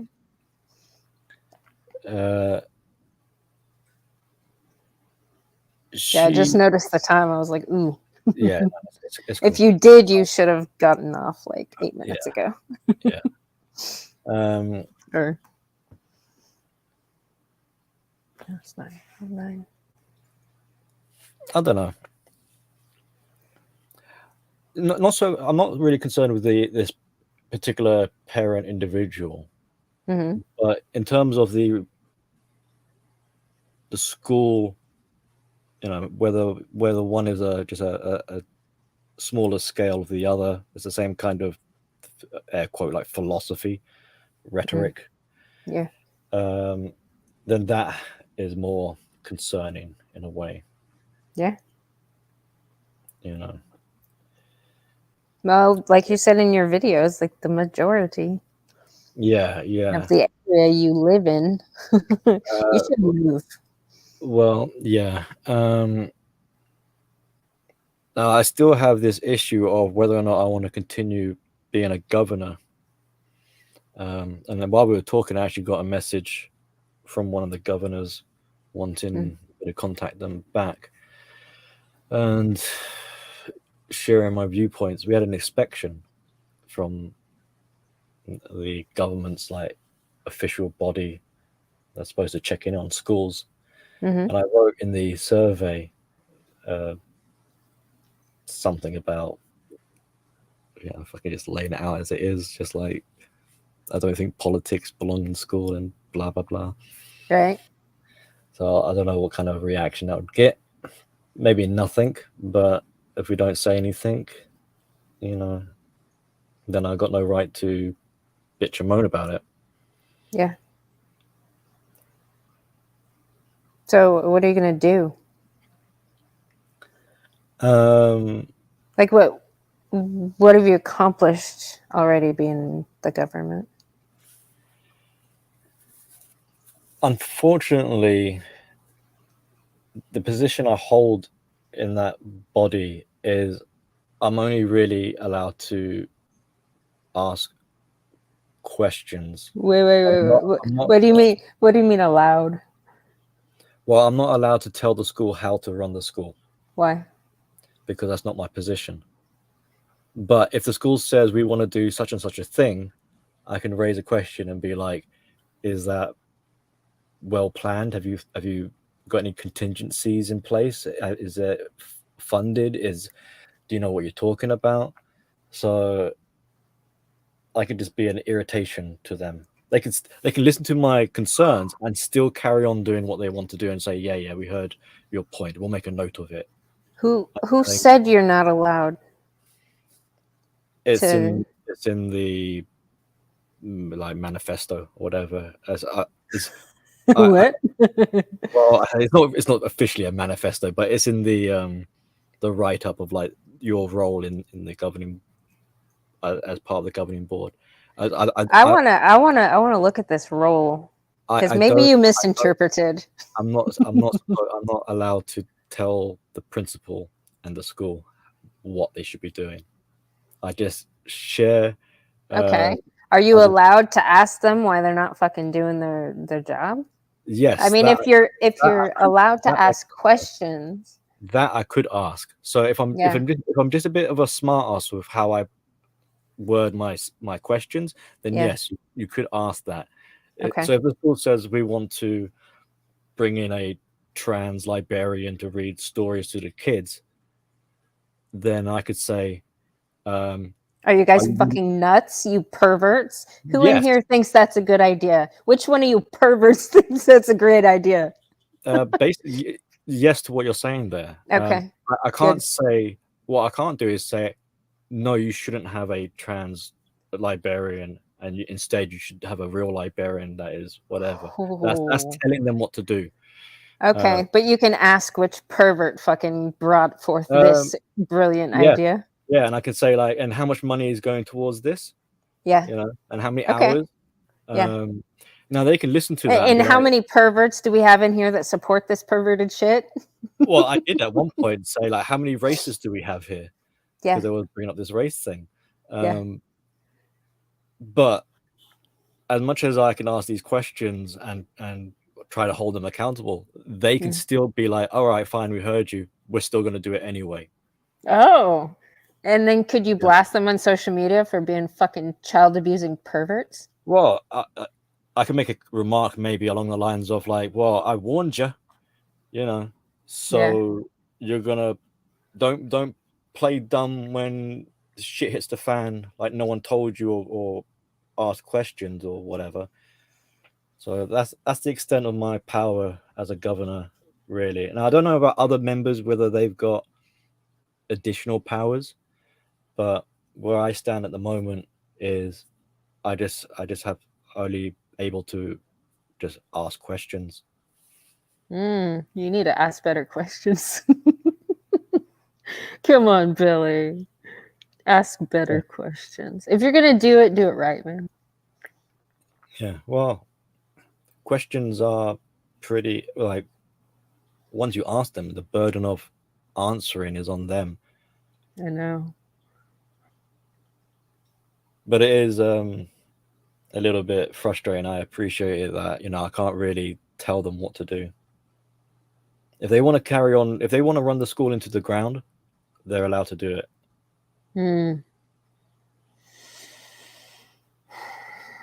I want to go visit your school.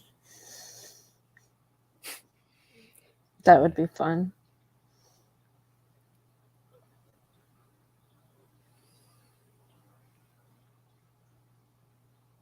Yeah, I don't know. I think parents don't. To make it like what Emmanuel's there comment about. I mean, who says you're not allowed? Like, what's the repercussions for actually fucking Well, making some waves? here's another. Are they going to fire you or are they going to expel your daughter? No, No, Okay. they got me on the governing board as a diversity hire. You know, Exactly. so they can't really get rid of me.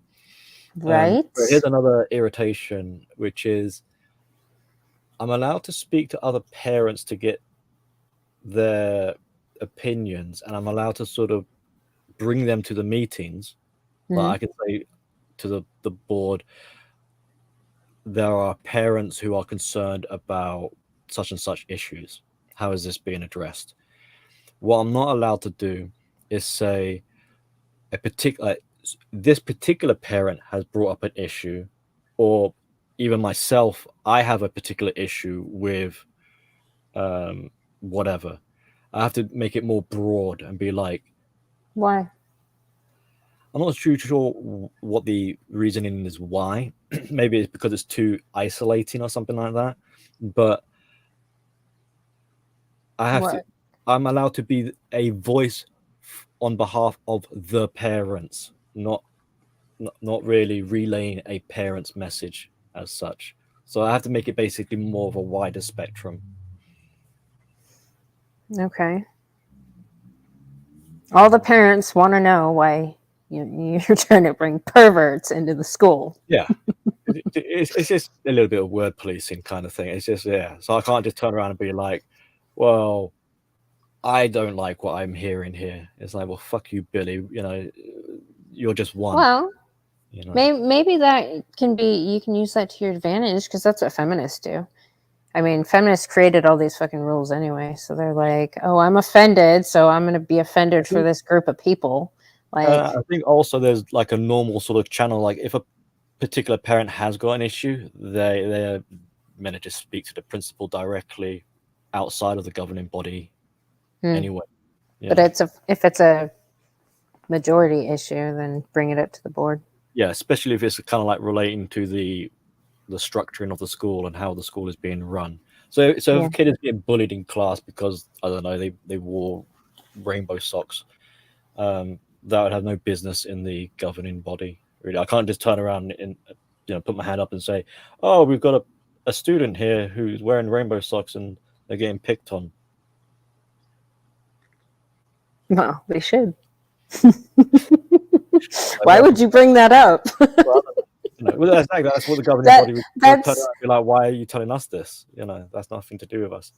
Well, that parent needs to talk to the principal. And really, if that principal was right, they'll be like, you need to wear the school uniform, and the uniform doesn't state you're allowed to wear rainbow socks. Leave those socks at home. Yeah. You talk to that parent and be like, why are you sending your kid with gay socks on to school? What are you trying to signal? What virtue are you trying to signal here? Are you a pervert? But let's say the school decides to want to implement boys wearing skirts. Then I might have some contention I can bring up at the meeting. Be like, why does this need to be? That's so far down the line of some other shit should have been sorted out before it got that far to begin with. Well, if you're gonna wait till then, I don't know what to tell you. Luckily, we don't have that kind of stuff happening at my particular school. But in the news, you hear about I'm not sure where it is, but that identifying as a cat thing has started to appear. So some students somewhere in the country have started calling themselves cats. They must be addressed with meow. No, they must not. They're not cats. Good morning, John. Well, I don't know. If you're gonna do it, you should fucking make the most of it. Yeah, I know you don't. I know you don't like to make waves, Billy, but you need to go in there doing cannonballs day one. Yeah, and it would be more. If I were to continue next year to do it, I'll have to be more assertive because there's going to be a lot more shit happening.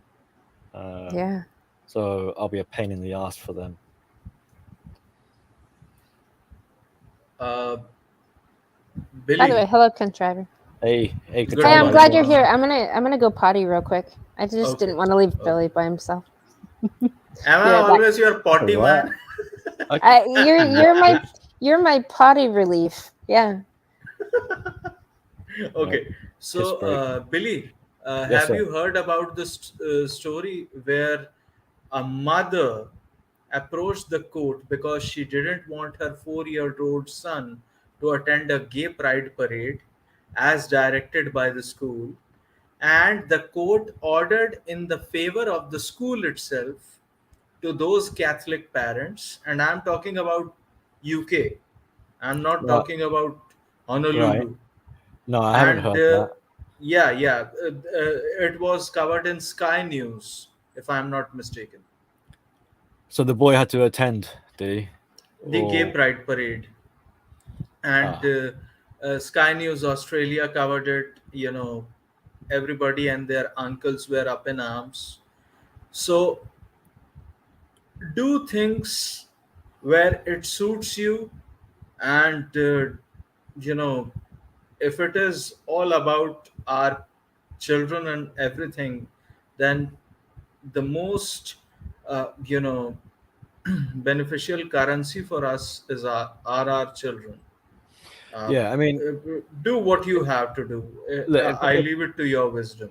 well, if that happened to me personally, I'd be like, well, honey, you're not going to school that day. We'll call in sick or whatever. I'll book a holiday or something or whatever. You're not going to school that day. That's the way they want to be about it. If they want to mark it up as an unauthorized absence, then fuck it. I've recently been at heads with the school over getting a form filled in, and they were being like, "No, we can't fill this form in," and I had to go around and be like, "No, I know legally you are allowed to fill in this form." Oh, but you'd have to give us your details, and I'm like, "What are you saying? You're saying I can't trust you with my details? You already know my fucking details. Fill in the form," and they were refusing. So the thing is, I need to get this form filled in. So I went to the other teachers and I was like, "Could you do it?" And when I got to the fifth teacher, they turned around and was like, "Yeah, no problem, easy peasy." And I'm like, "What the fuck?" So I've just been so there's a split in the staff. Some of the staff seem to think they can't fill in the form, and they would have to provide details or have to hold my details, whereas other ones don't see it as a problem. So fortunately, Or yeah, fortunately, please so complete. um, so I got my form filled in eventually. But if it was aggravating because the first four teachers I spoke to about it were fobbing me off. They were fucking. Do you know what I mean by fobbing me off? Could Making you disclose what the form was about? I mean, it's okay if you want to expunge some of the details. um, I just essentially all it is. I just needed a signature, someone to co-sign to verify my identification, to say like this person, Billy, is who he says he is. It's Billy. That's him. We'll sign Self it. attestation. we, Yes. we so it's not really, and that's the other piss take. It's like it's not really a big ask. It's just, could you fucking sign the form, please? you know Exactly. um oh no, we don't want to. When the government No, says sometimes what happens you can is ask teachers to do this, so it's like, sometimes what happens is I'm sure as the legatees of the British Empire, we go through this all day long. I'm sure you might have seen that as well. Sometimes what happens is the teachers or the administrative staff which is sitting in that you know hacking building actually wants a commission out of signing some medical leave or well, some that's a, yeah, additional furniture for the school computers or something. well, that's why I And left the school, because I could have gone to my doctor and got a signature from them, but the doctor charges just to sign it. And the thing is, the doctor hasn't exactly. even seen me in like 2 or 3 years or whatever anyway. So I figured, well, the school should help me out. You know? Yes, but what I'm really saying is that is how it is in India, because even in private schools, okay, private schools in India, not government run schools, also do this, where the administrative staff makes money via embezzling funds which are meant for computers, air conditioners, Yeah. furniture and fixtures. You know, if there is, if there are pipes Well, of yeah. sanitation that need to be maintained, that is how they Yeah. make money. Easy Yeah. Yeah. peasy. Yeah. Well, there's plenty of racketeering. I mean, we've got the summer fair on Thursday. Buy your raffle tickets from school. And I'm thinking, oh, so you're teaching everyone how to gamble, are you? Fucking buying lottery tickets at the school. Yeah, yeah, yeah, £2 for a raffle ticket. Oh, but yeah, guess yeah, what? If you buy 5, you can get it for £5. It's like, oh, bargain, is it? yeah. Wonderful. You know what's funny? I went to my first. This was after I had my salon, and I had joined a bunch of different business groups and stuff. I went to this. I think it was a Chamber of Commerce meeting, or no, it was some woman something. And because gambling is like, there's no casinos here in Texas, and it's not really legal here in Texas. And they were doing the same thing. They were doing like a raffle.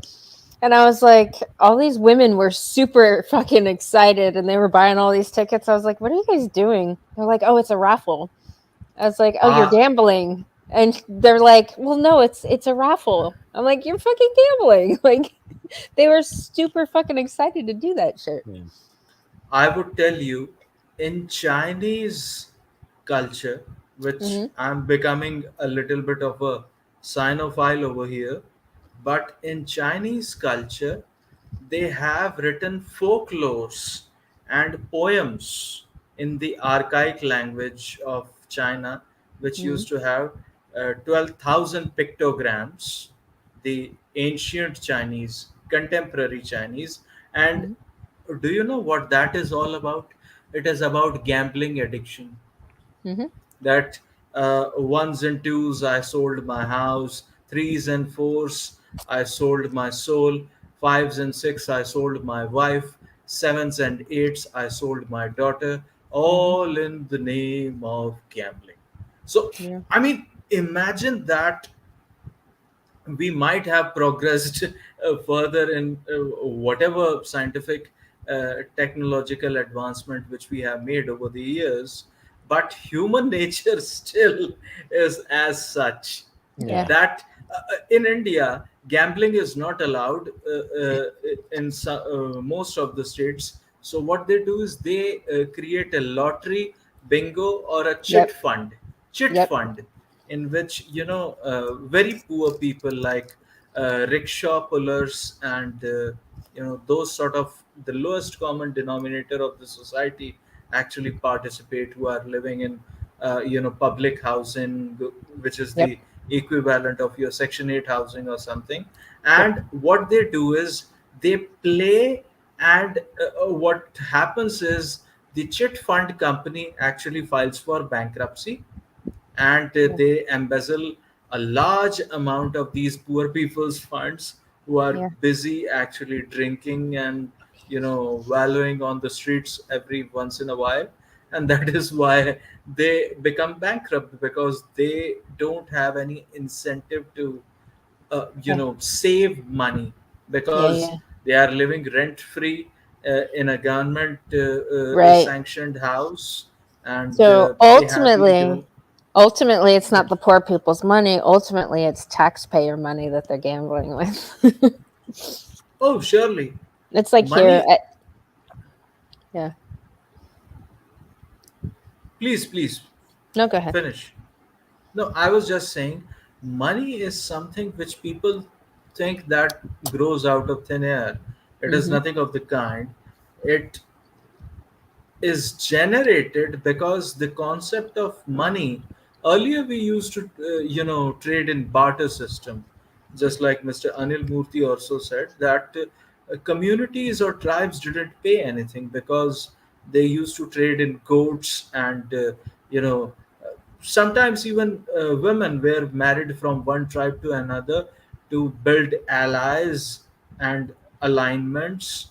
Mm-hmm. Emmanuel is here. He could teach us more about the warring Zulu and Bantu tribes of Africa, uh, Mm.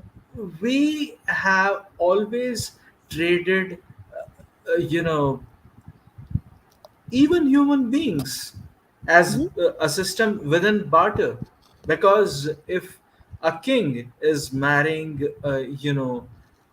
a princess of another kingdom, just like Catherine or that Braganza, which was married to the French king. It was all about creating an alliance between the two empires so that two empires wouldn't have war. Right. So one woman actually, one princess marrying to the prince of or the king of another nation prevents wars. So Mhm. I mean that is a better trade-off, I would say. But that's not gambling. That's Yeah, duty to your country, and it's going to be beneficial for the most people possible. That's different than gambling. gambling You is remind something me. which is addicting, just like Yeah. Well, alcohol or anything. could driver get this? It slipped my mind, but recently they're Yeah. now running. They're running quiz nights at the school. They're turning it into a Oh yeah. social club. Yeah. Other schools are having comedy nights. So like, what the fuck? You're gonna turn it into a bar and saloon sort of thing. Right. And guess who's selling the raffle tickets? It's the kids. Right. So now the children are selling Yep. Yeah, yeah, wolf yeah. tickets. They're walking around the Wow. playground with a placard like, "Buy your raffle tickets, buy your raffle tickets," jingling their I bag mean, of money. if that was for poppy collection on Veterans Day, I could have understood. Right. Different. Poppy collection is something that I can understand, but Well, not this. they're gonna say it's to help fund the school. Now, recently, Oh see, yeah, and you they are inciting, instigating pedophilia. Right. well, You fucking perverts. well, the thing is, the school year is coming What to good an would end, come so it's out like, of why are children selling raffle tickets? they sorry? I said, what good would come out of children, selling Oh, raffle tickets? nothing, Children need to nothing be at all. protected. If you Yeah, yeah. people, if you bastards from the school authority are so, conscious about the fact, you sell raffle tickets. Yeah, yeah. If not the students, they'll get parent volunteers to do it. They're the ones running most of the school fair. Exactly. Free labor. Free labor and Child slave labor. slave labor. It's so funny. Oh, it's funny. And then guilt all the other ones would be like, "Come on, help save the school, help fund the school. We need the money for what? To buy a new climbing frame for the playground." And then you look at it, and it was like some overpriced 4 posts stuck in the ground with a bit of rope between them. And you're saying that's a climbing frame? How much was that? £1,500? Fucking hell.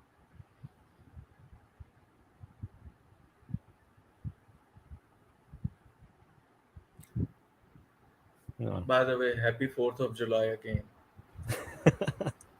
Yes, happy 4th. Is it 4th? Yes. Happy 4th of July. Happy Independence Day, everybody. Happy 4th of July.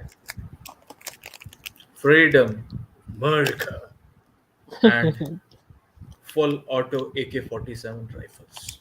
Right.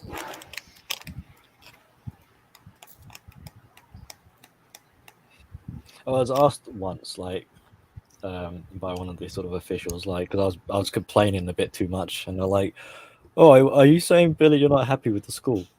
I was like, "Well, it makes no fucking difference because they're all the same." Yeah. They were insinuating that are you a part of the team? Are you part of our club or not?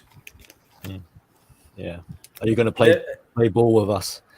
yeah, And if not, it was all get the hell about out. conformity. Yeah. If you don't like it, why don't you ship off, kind of thing? It's like, wow. Oh, you know what? Maybe I fucking will. No. Stay and fight. And win. You are a America. America. Fuck yeah.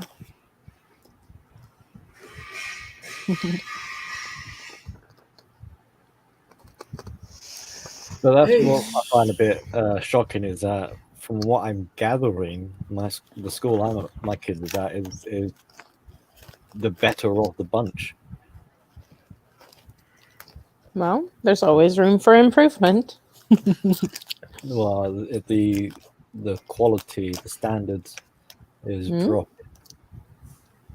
So Like if stop they're it. introducing social clubs as Hmm? a new gimmick, yeah, it's pretty abhorrent.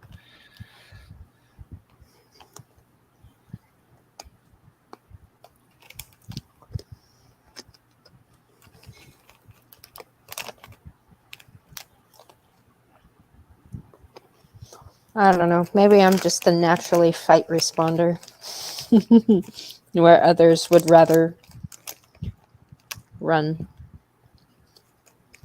That's why, like, I don't know. When Kim went to school, when there was any sign of fuckery, I was up at that school sorting it out. And he went there from 3rd grade to 8th grade. So there were quite a few times I had to go up to that school because there was some fuckery. More and more But people are considering homeschooling. yeah, but I don't know. homeschooling is good, by the way. Yeah. In given the circumstances that we have at hand, I think it is just like choosing the lesser of the two evils, and that is homeschooling. Now, we could say and argue ad nauseum as to how school standards need to be better, and all these crazy witch teachers need to be, Mhm. you know, Fired. Fired. fired and booted out. Mm-hmm. Booted out was the word I was looking for, Because they're and perverts. exactly, They're voyeurs. They're yes. enablers. So they are voyeurs to the exhibitionists. Surely, and Yeah. they are even, letting children into this. How dare they? But if we are not even allowed to do that, then I would say that homeschooling is a better option. Yeah. I would definitely say that, because look, we are as good as our options. That is the reality and practicality of things. Yeah.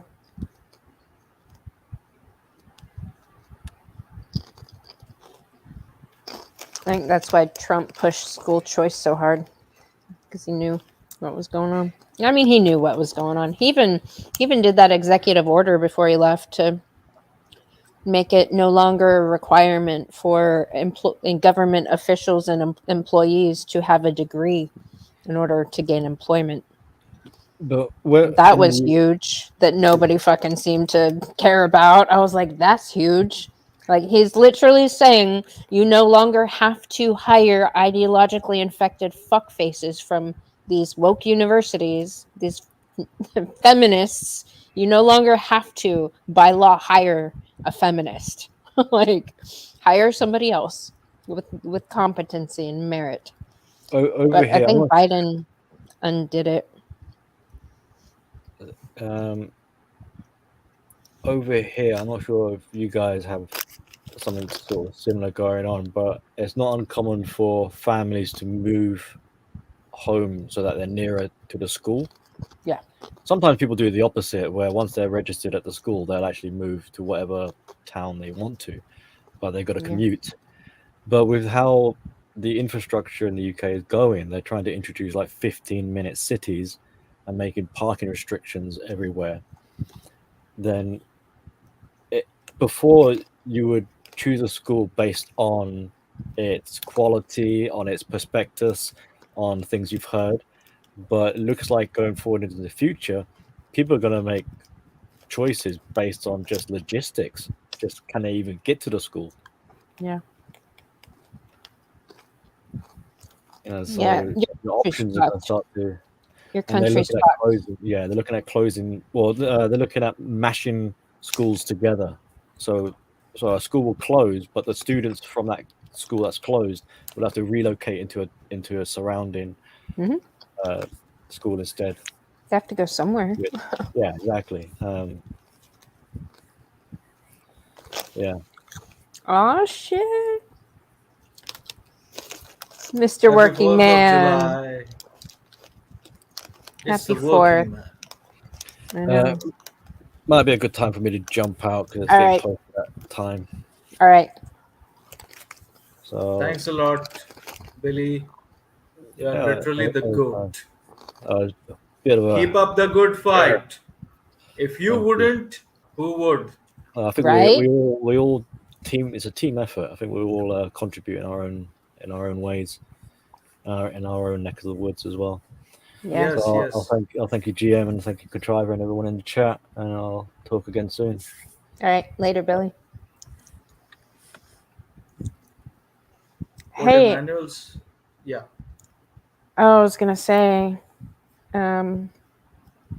Working Man, I had an idea earlier how we can maybe prosecute these fucking perverts. All the crazy bitches in our society are exhibitionists, and all the enablers in our society of said crazy bitches are voyeurs. Now, there's already laws in place that criminalize such things. We're going to figure out how to finagle them. If you would like to join the panel, Derek, you're welcome to.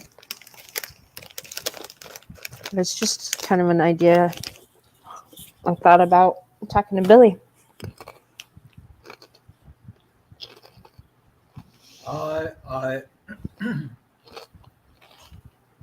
I mean, ultimately, these crazy bitches are all fucking sex sluts.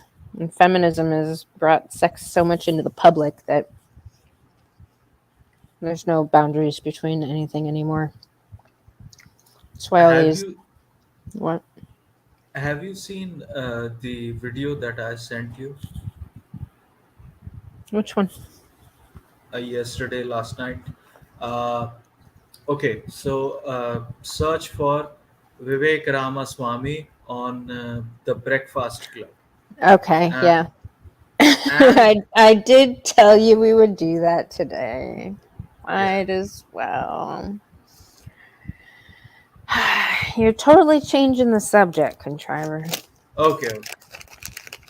I shall not. I shall refrain from thee. Let me see. Swami. I know you are proud of your brother. Nah, Let's look him up. he is just another sand nigger who might be a hack. I don't really trust that bitch. But Oh, but yeah, he's saying the right things. yeah. He is, he has shown his own two sons that are children. Mm-hmm. Their mother is also a surgeon. You know, What? operations. Yeah. So she's a feminist. Yes, Mm. possibly appearing to be a trad housewife. That is what she tried to appear, but not fully. All right. Enjoy your 4th. We're gonna check out this video anyway.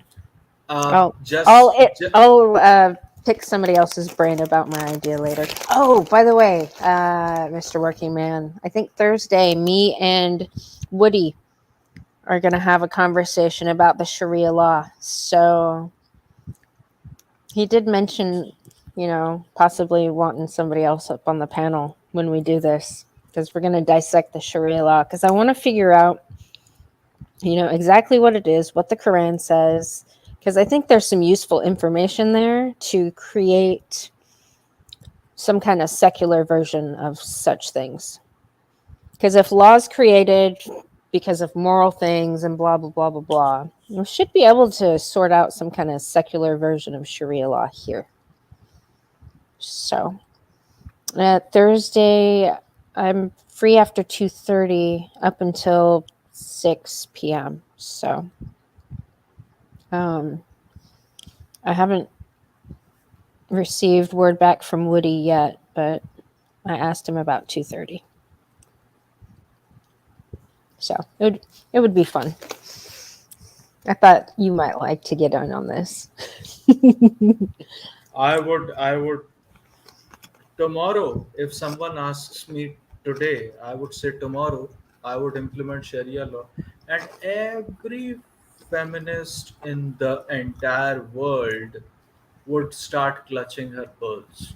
Yeah, because you know what? I was thinking about it. A lot of the content from all the intellectuals that I have followed for decades, they were always super critical about Islam and talking shit about Sharia law, but ultimately they're all fucking feminists. So I'm like, if they're demonizing it that bad, there must be something really good there. So I want to explore Sharia law some. I'm gay. Sharia law, in the sense, look, what it says is good. The only point of contention people might have that it doesn't allow for coexistence. That is the moot point. That infidel. If you disagree, you are an infidel. So that sort of thing, which comes with Misbah as well, which Mr. Johnny Midnight would be able to tell you. Muhammad Qadir would be the best, because he lives in Middle East and so on and so forth. Mm-hmm.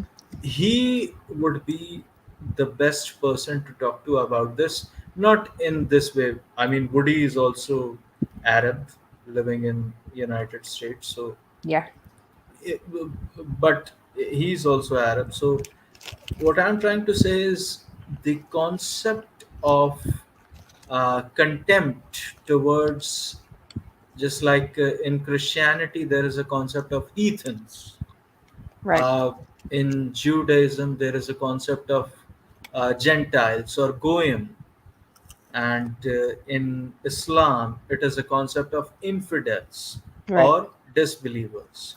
So Right. that is the entire concept actually, and if people would be able to, do something about it, things would be interesting. Yeah. I want to address this, Jared, because this is the second time you mentioned it, and I think it is very important. I do not trust her one bit. I'm sorry. I'm a kind of once you fuck up like that, you're dead to me kind of person.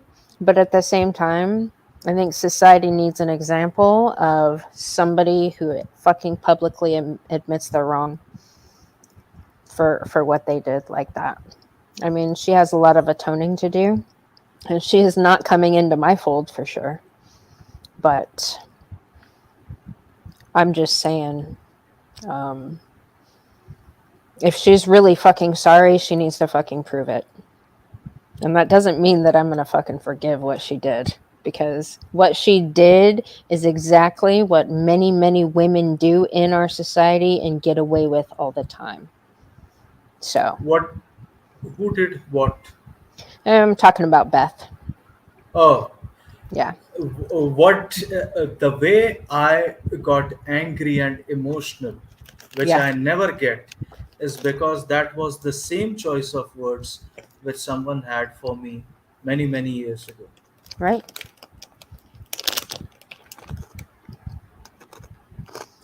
Beth is a woman that tried to drag a MGTOW guy back to the gynocentric plantation and then got upset when he left her. So she made a video and, called all the MGTOW guys racist and tried to insinuate that he sexually and physically abused her and, all the things that crazy bitches do when they're resentful. Now, she since then has apologized to said man, but hasn't apologized to said group publicly.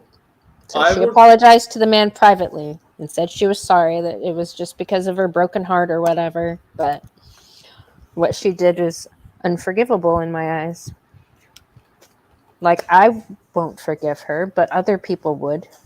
if she did what was right and tried to, if she is actually as sorry as she claims to be. In my heart, I would never be able to forgive her because some things, get stuck with you. Hmm. It is, people call it trauma or something. I wanted to end my life after that separation and the choice of words. I couldn't control myself. Right. Sometimes even words hit you harder than physical altercation or an Right. assault by an assailant. And this was an assault on a gentleman. The way she said, I have no problem with what she said about Rusty or anything. The way she said, I fed him, clothed him, nurtured him, is the very same choice of words which someone had for me many, many years ago. And I got on top of a building, was about to jump. Right. Someone threw me and said, are you, nuts or something? That Yeah. was one of my friend who saved my life. Otherwise, I would have jumped. Right.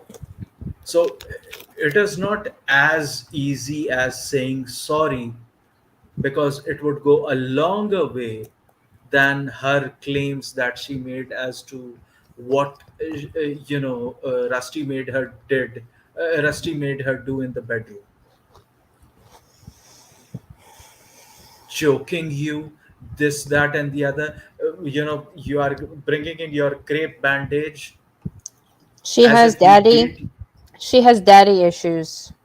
I understand, and I'm willing to actually work with someone who might have daddy issues. If I had I been in Rusty's case, that is, I'm just saying from a neutral standpoint, because the dirty linen, the dirty laundry is out in the public. That is why I'm saying. Otherwise, I would have kept my mouth shut.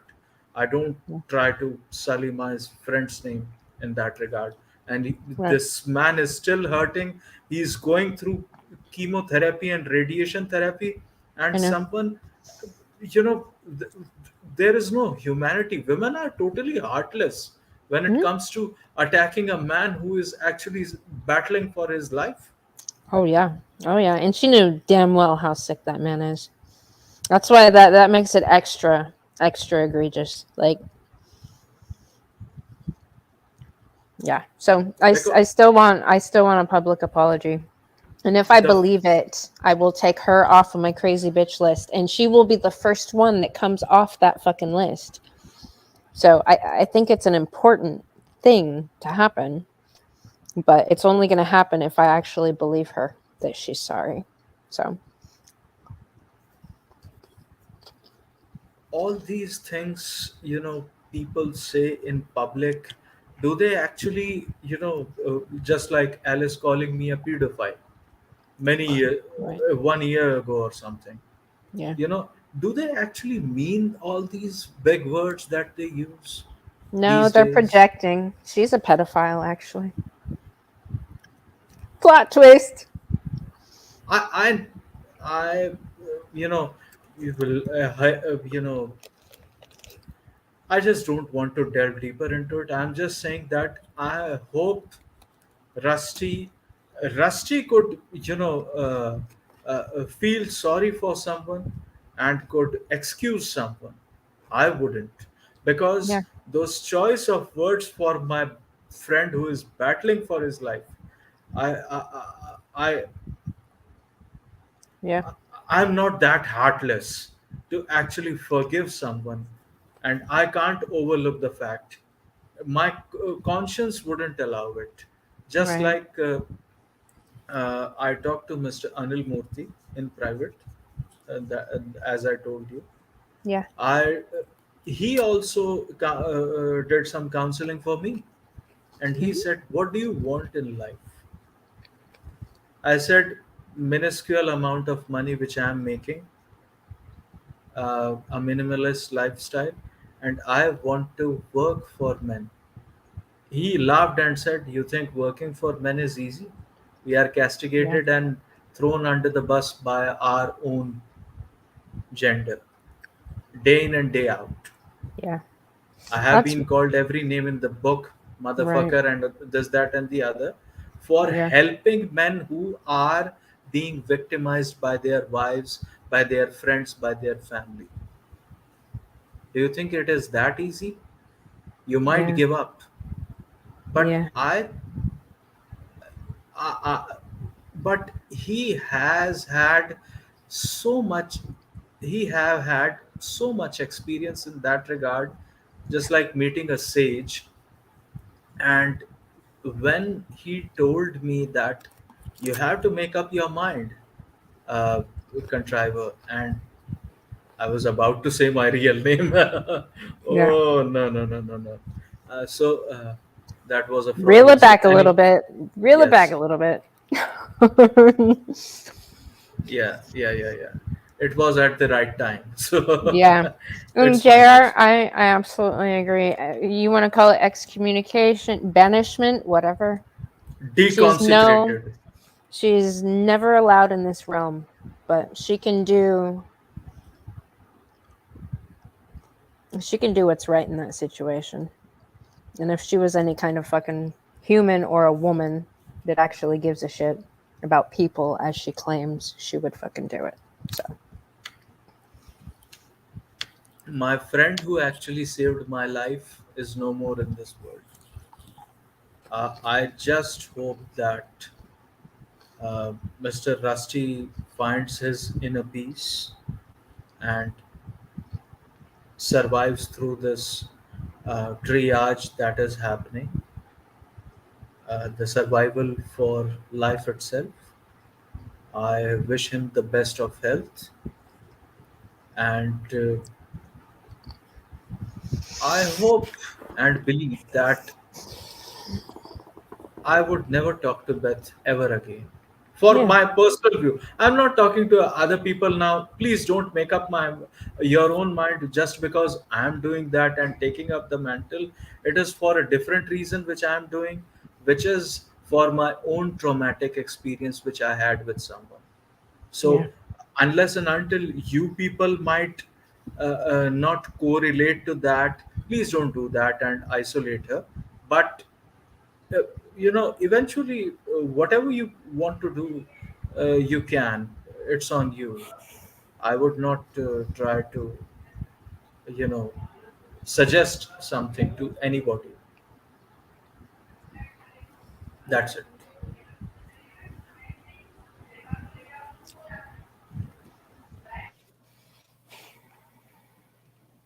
Oh, good morning, Kush. Good morning, sir. Happy You 4th of July.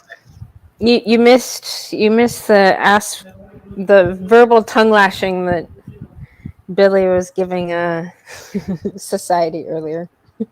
It was good. I love Billy's rants when that he's unscripted.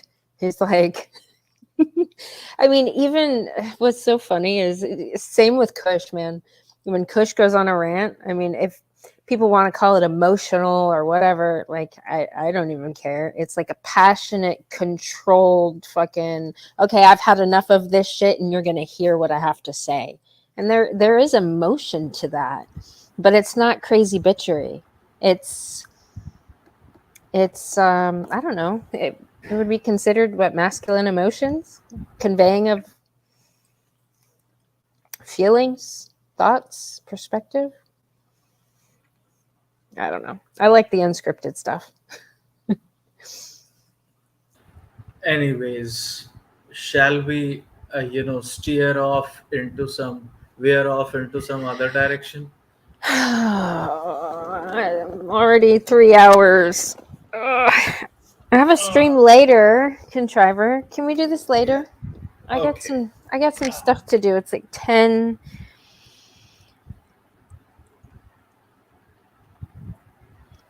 Is it possible to do this later? Do you mind? Sure. Yeah, okay. I wanted to come on here and share Billy's video that was 18 minutes long, and here it is 3 hours later. Okay, fine. So, I mean, you have spent a long time enough. Yeah. I need to get up and move around. Hey, but the task that we discussed earlier. Ooh, I Uh, did send that message, by the way. So okay, yeah, yeah. step one. So step one. Mm. Okay, I'm. Have you sent the message? Oh yeah, I did. Please let me know the response, and then I will send the message. Okay. Okay. Okay, so let us just give a teaser. Let us just tease a little No, bit. no, no, no. So That's this tease. is That's enough teasing. okay. That's enough teasing. Just a little bit. Okay, Yeah, yeah, okay. yeah. Guys, we have something coming up. Shh. When we Stop don't it. know as of now yet, Yeah, yeah, yeah. But we have a but it brilliant shall idea. come. We have a brilliant idea. Yes, That's what we have. We just need other people's participation to see it to fruition. yes. Stream later. What did I tell Ryan? What did I tell Ryan? 5:30? Yes. Okay. So 5:30 Central Texas time. So yeah.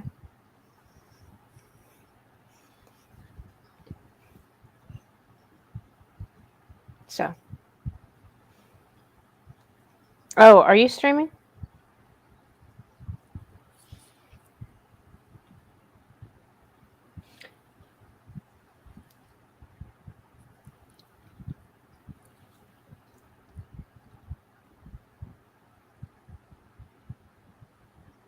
Hmm.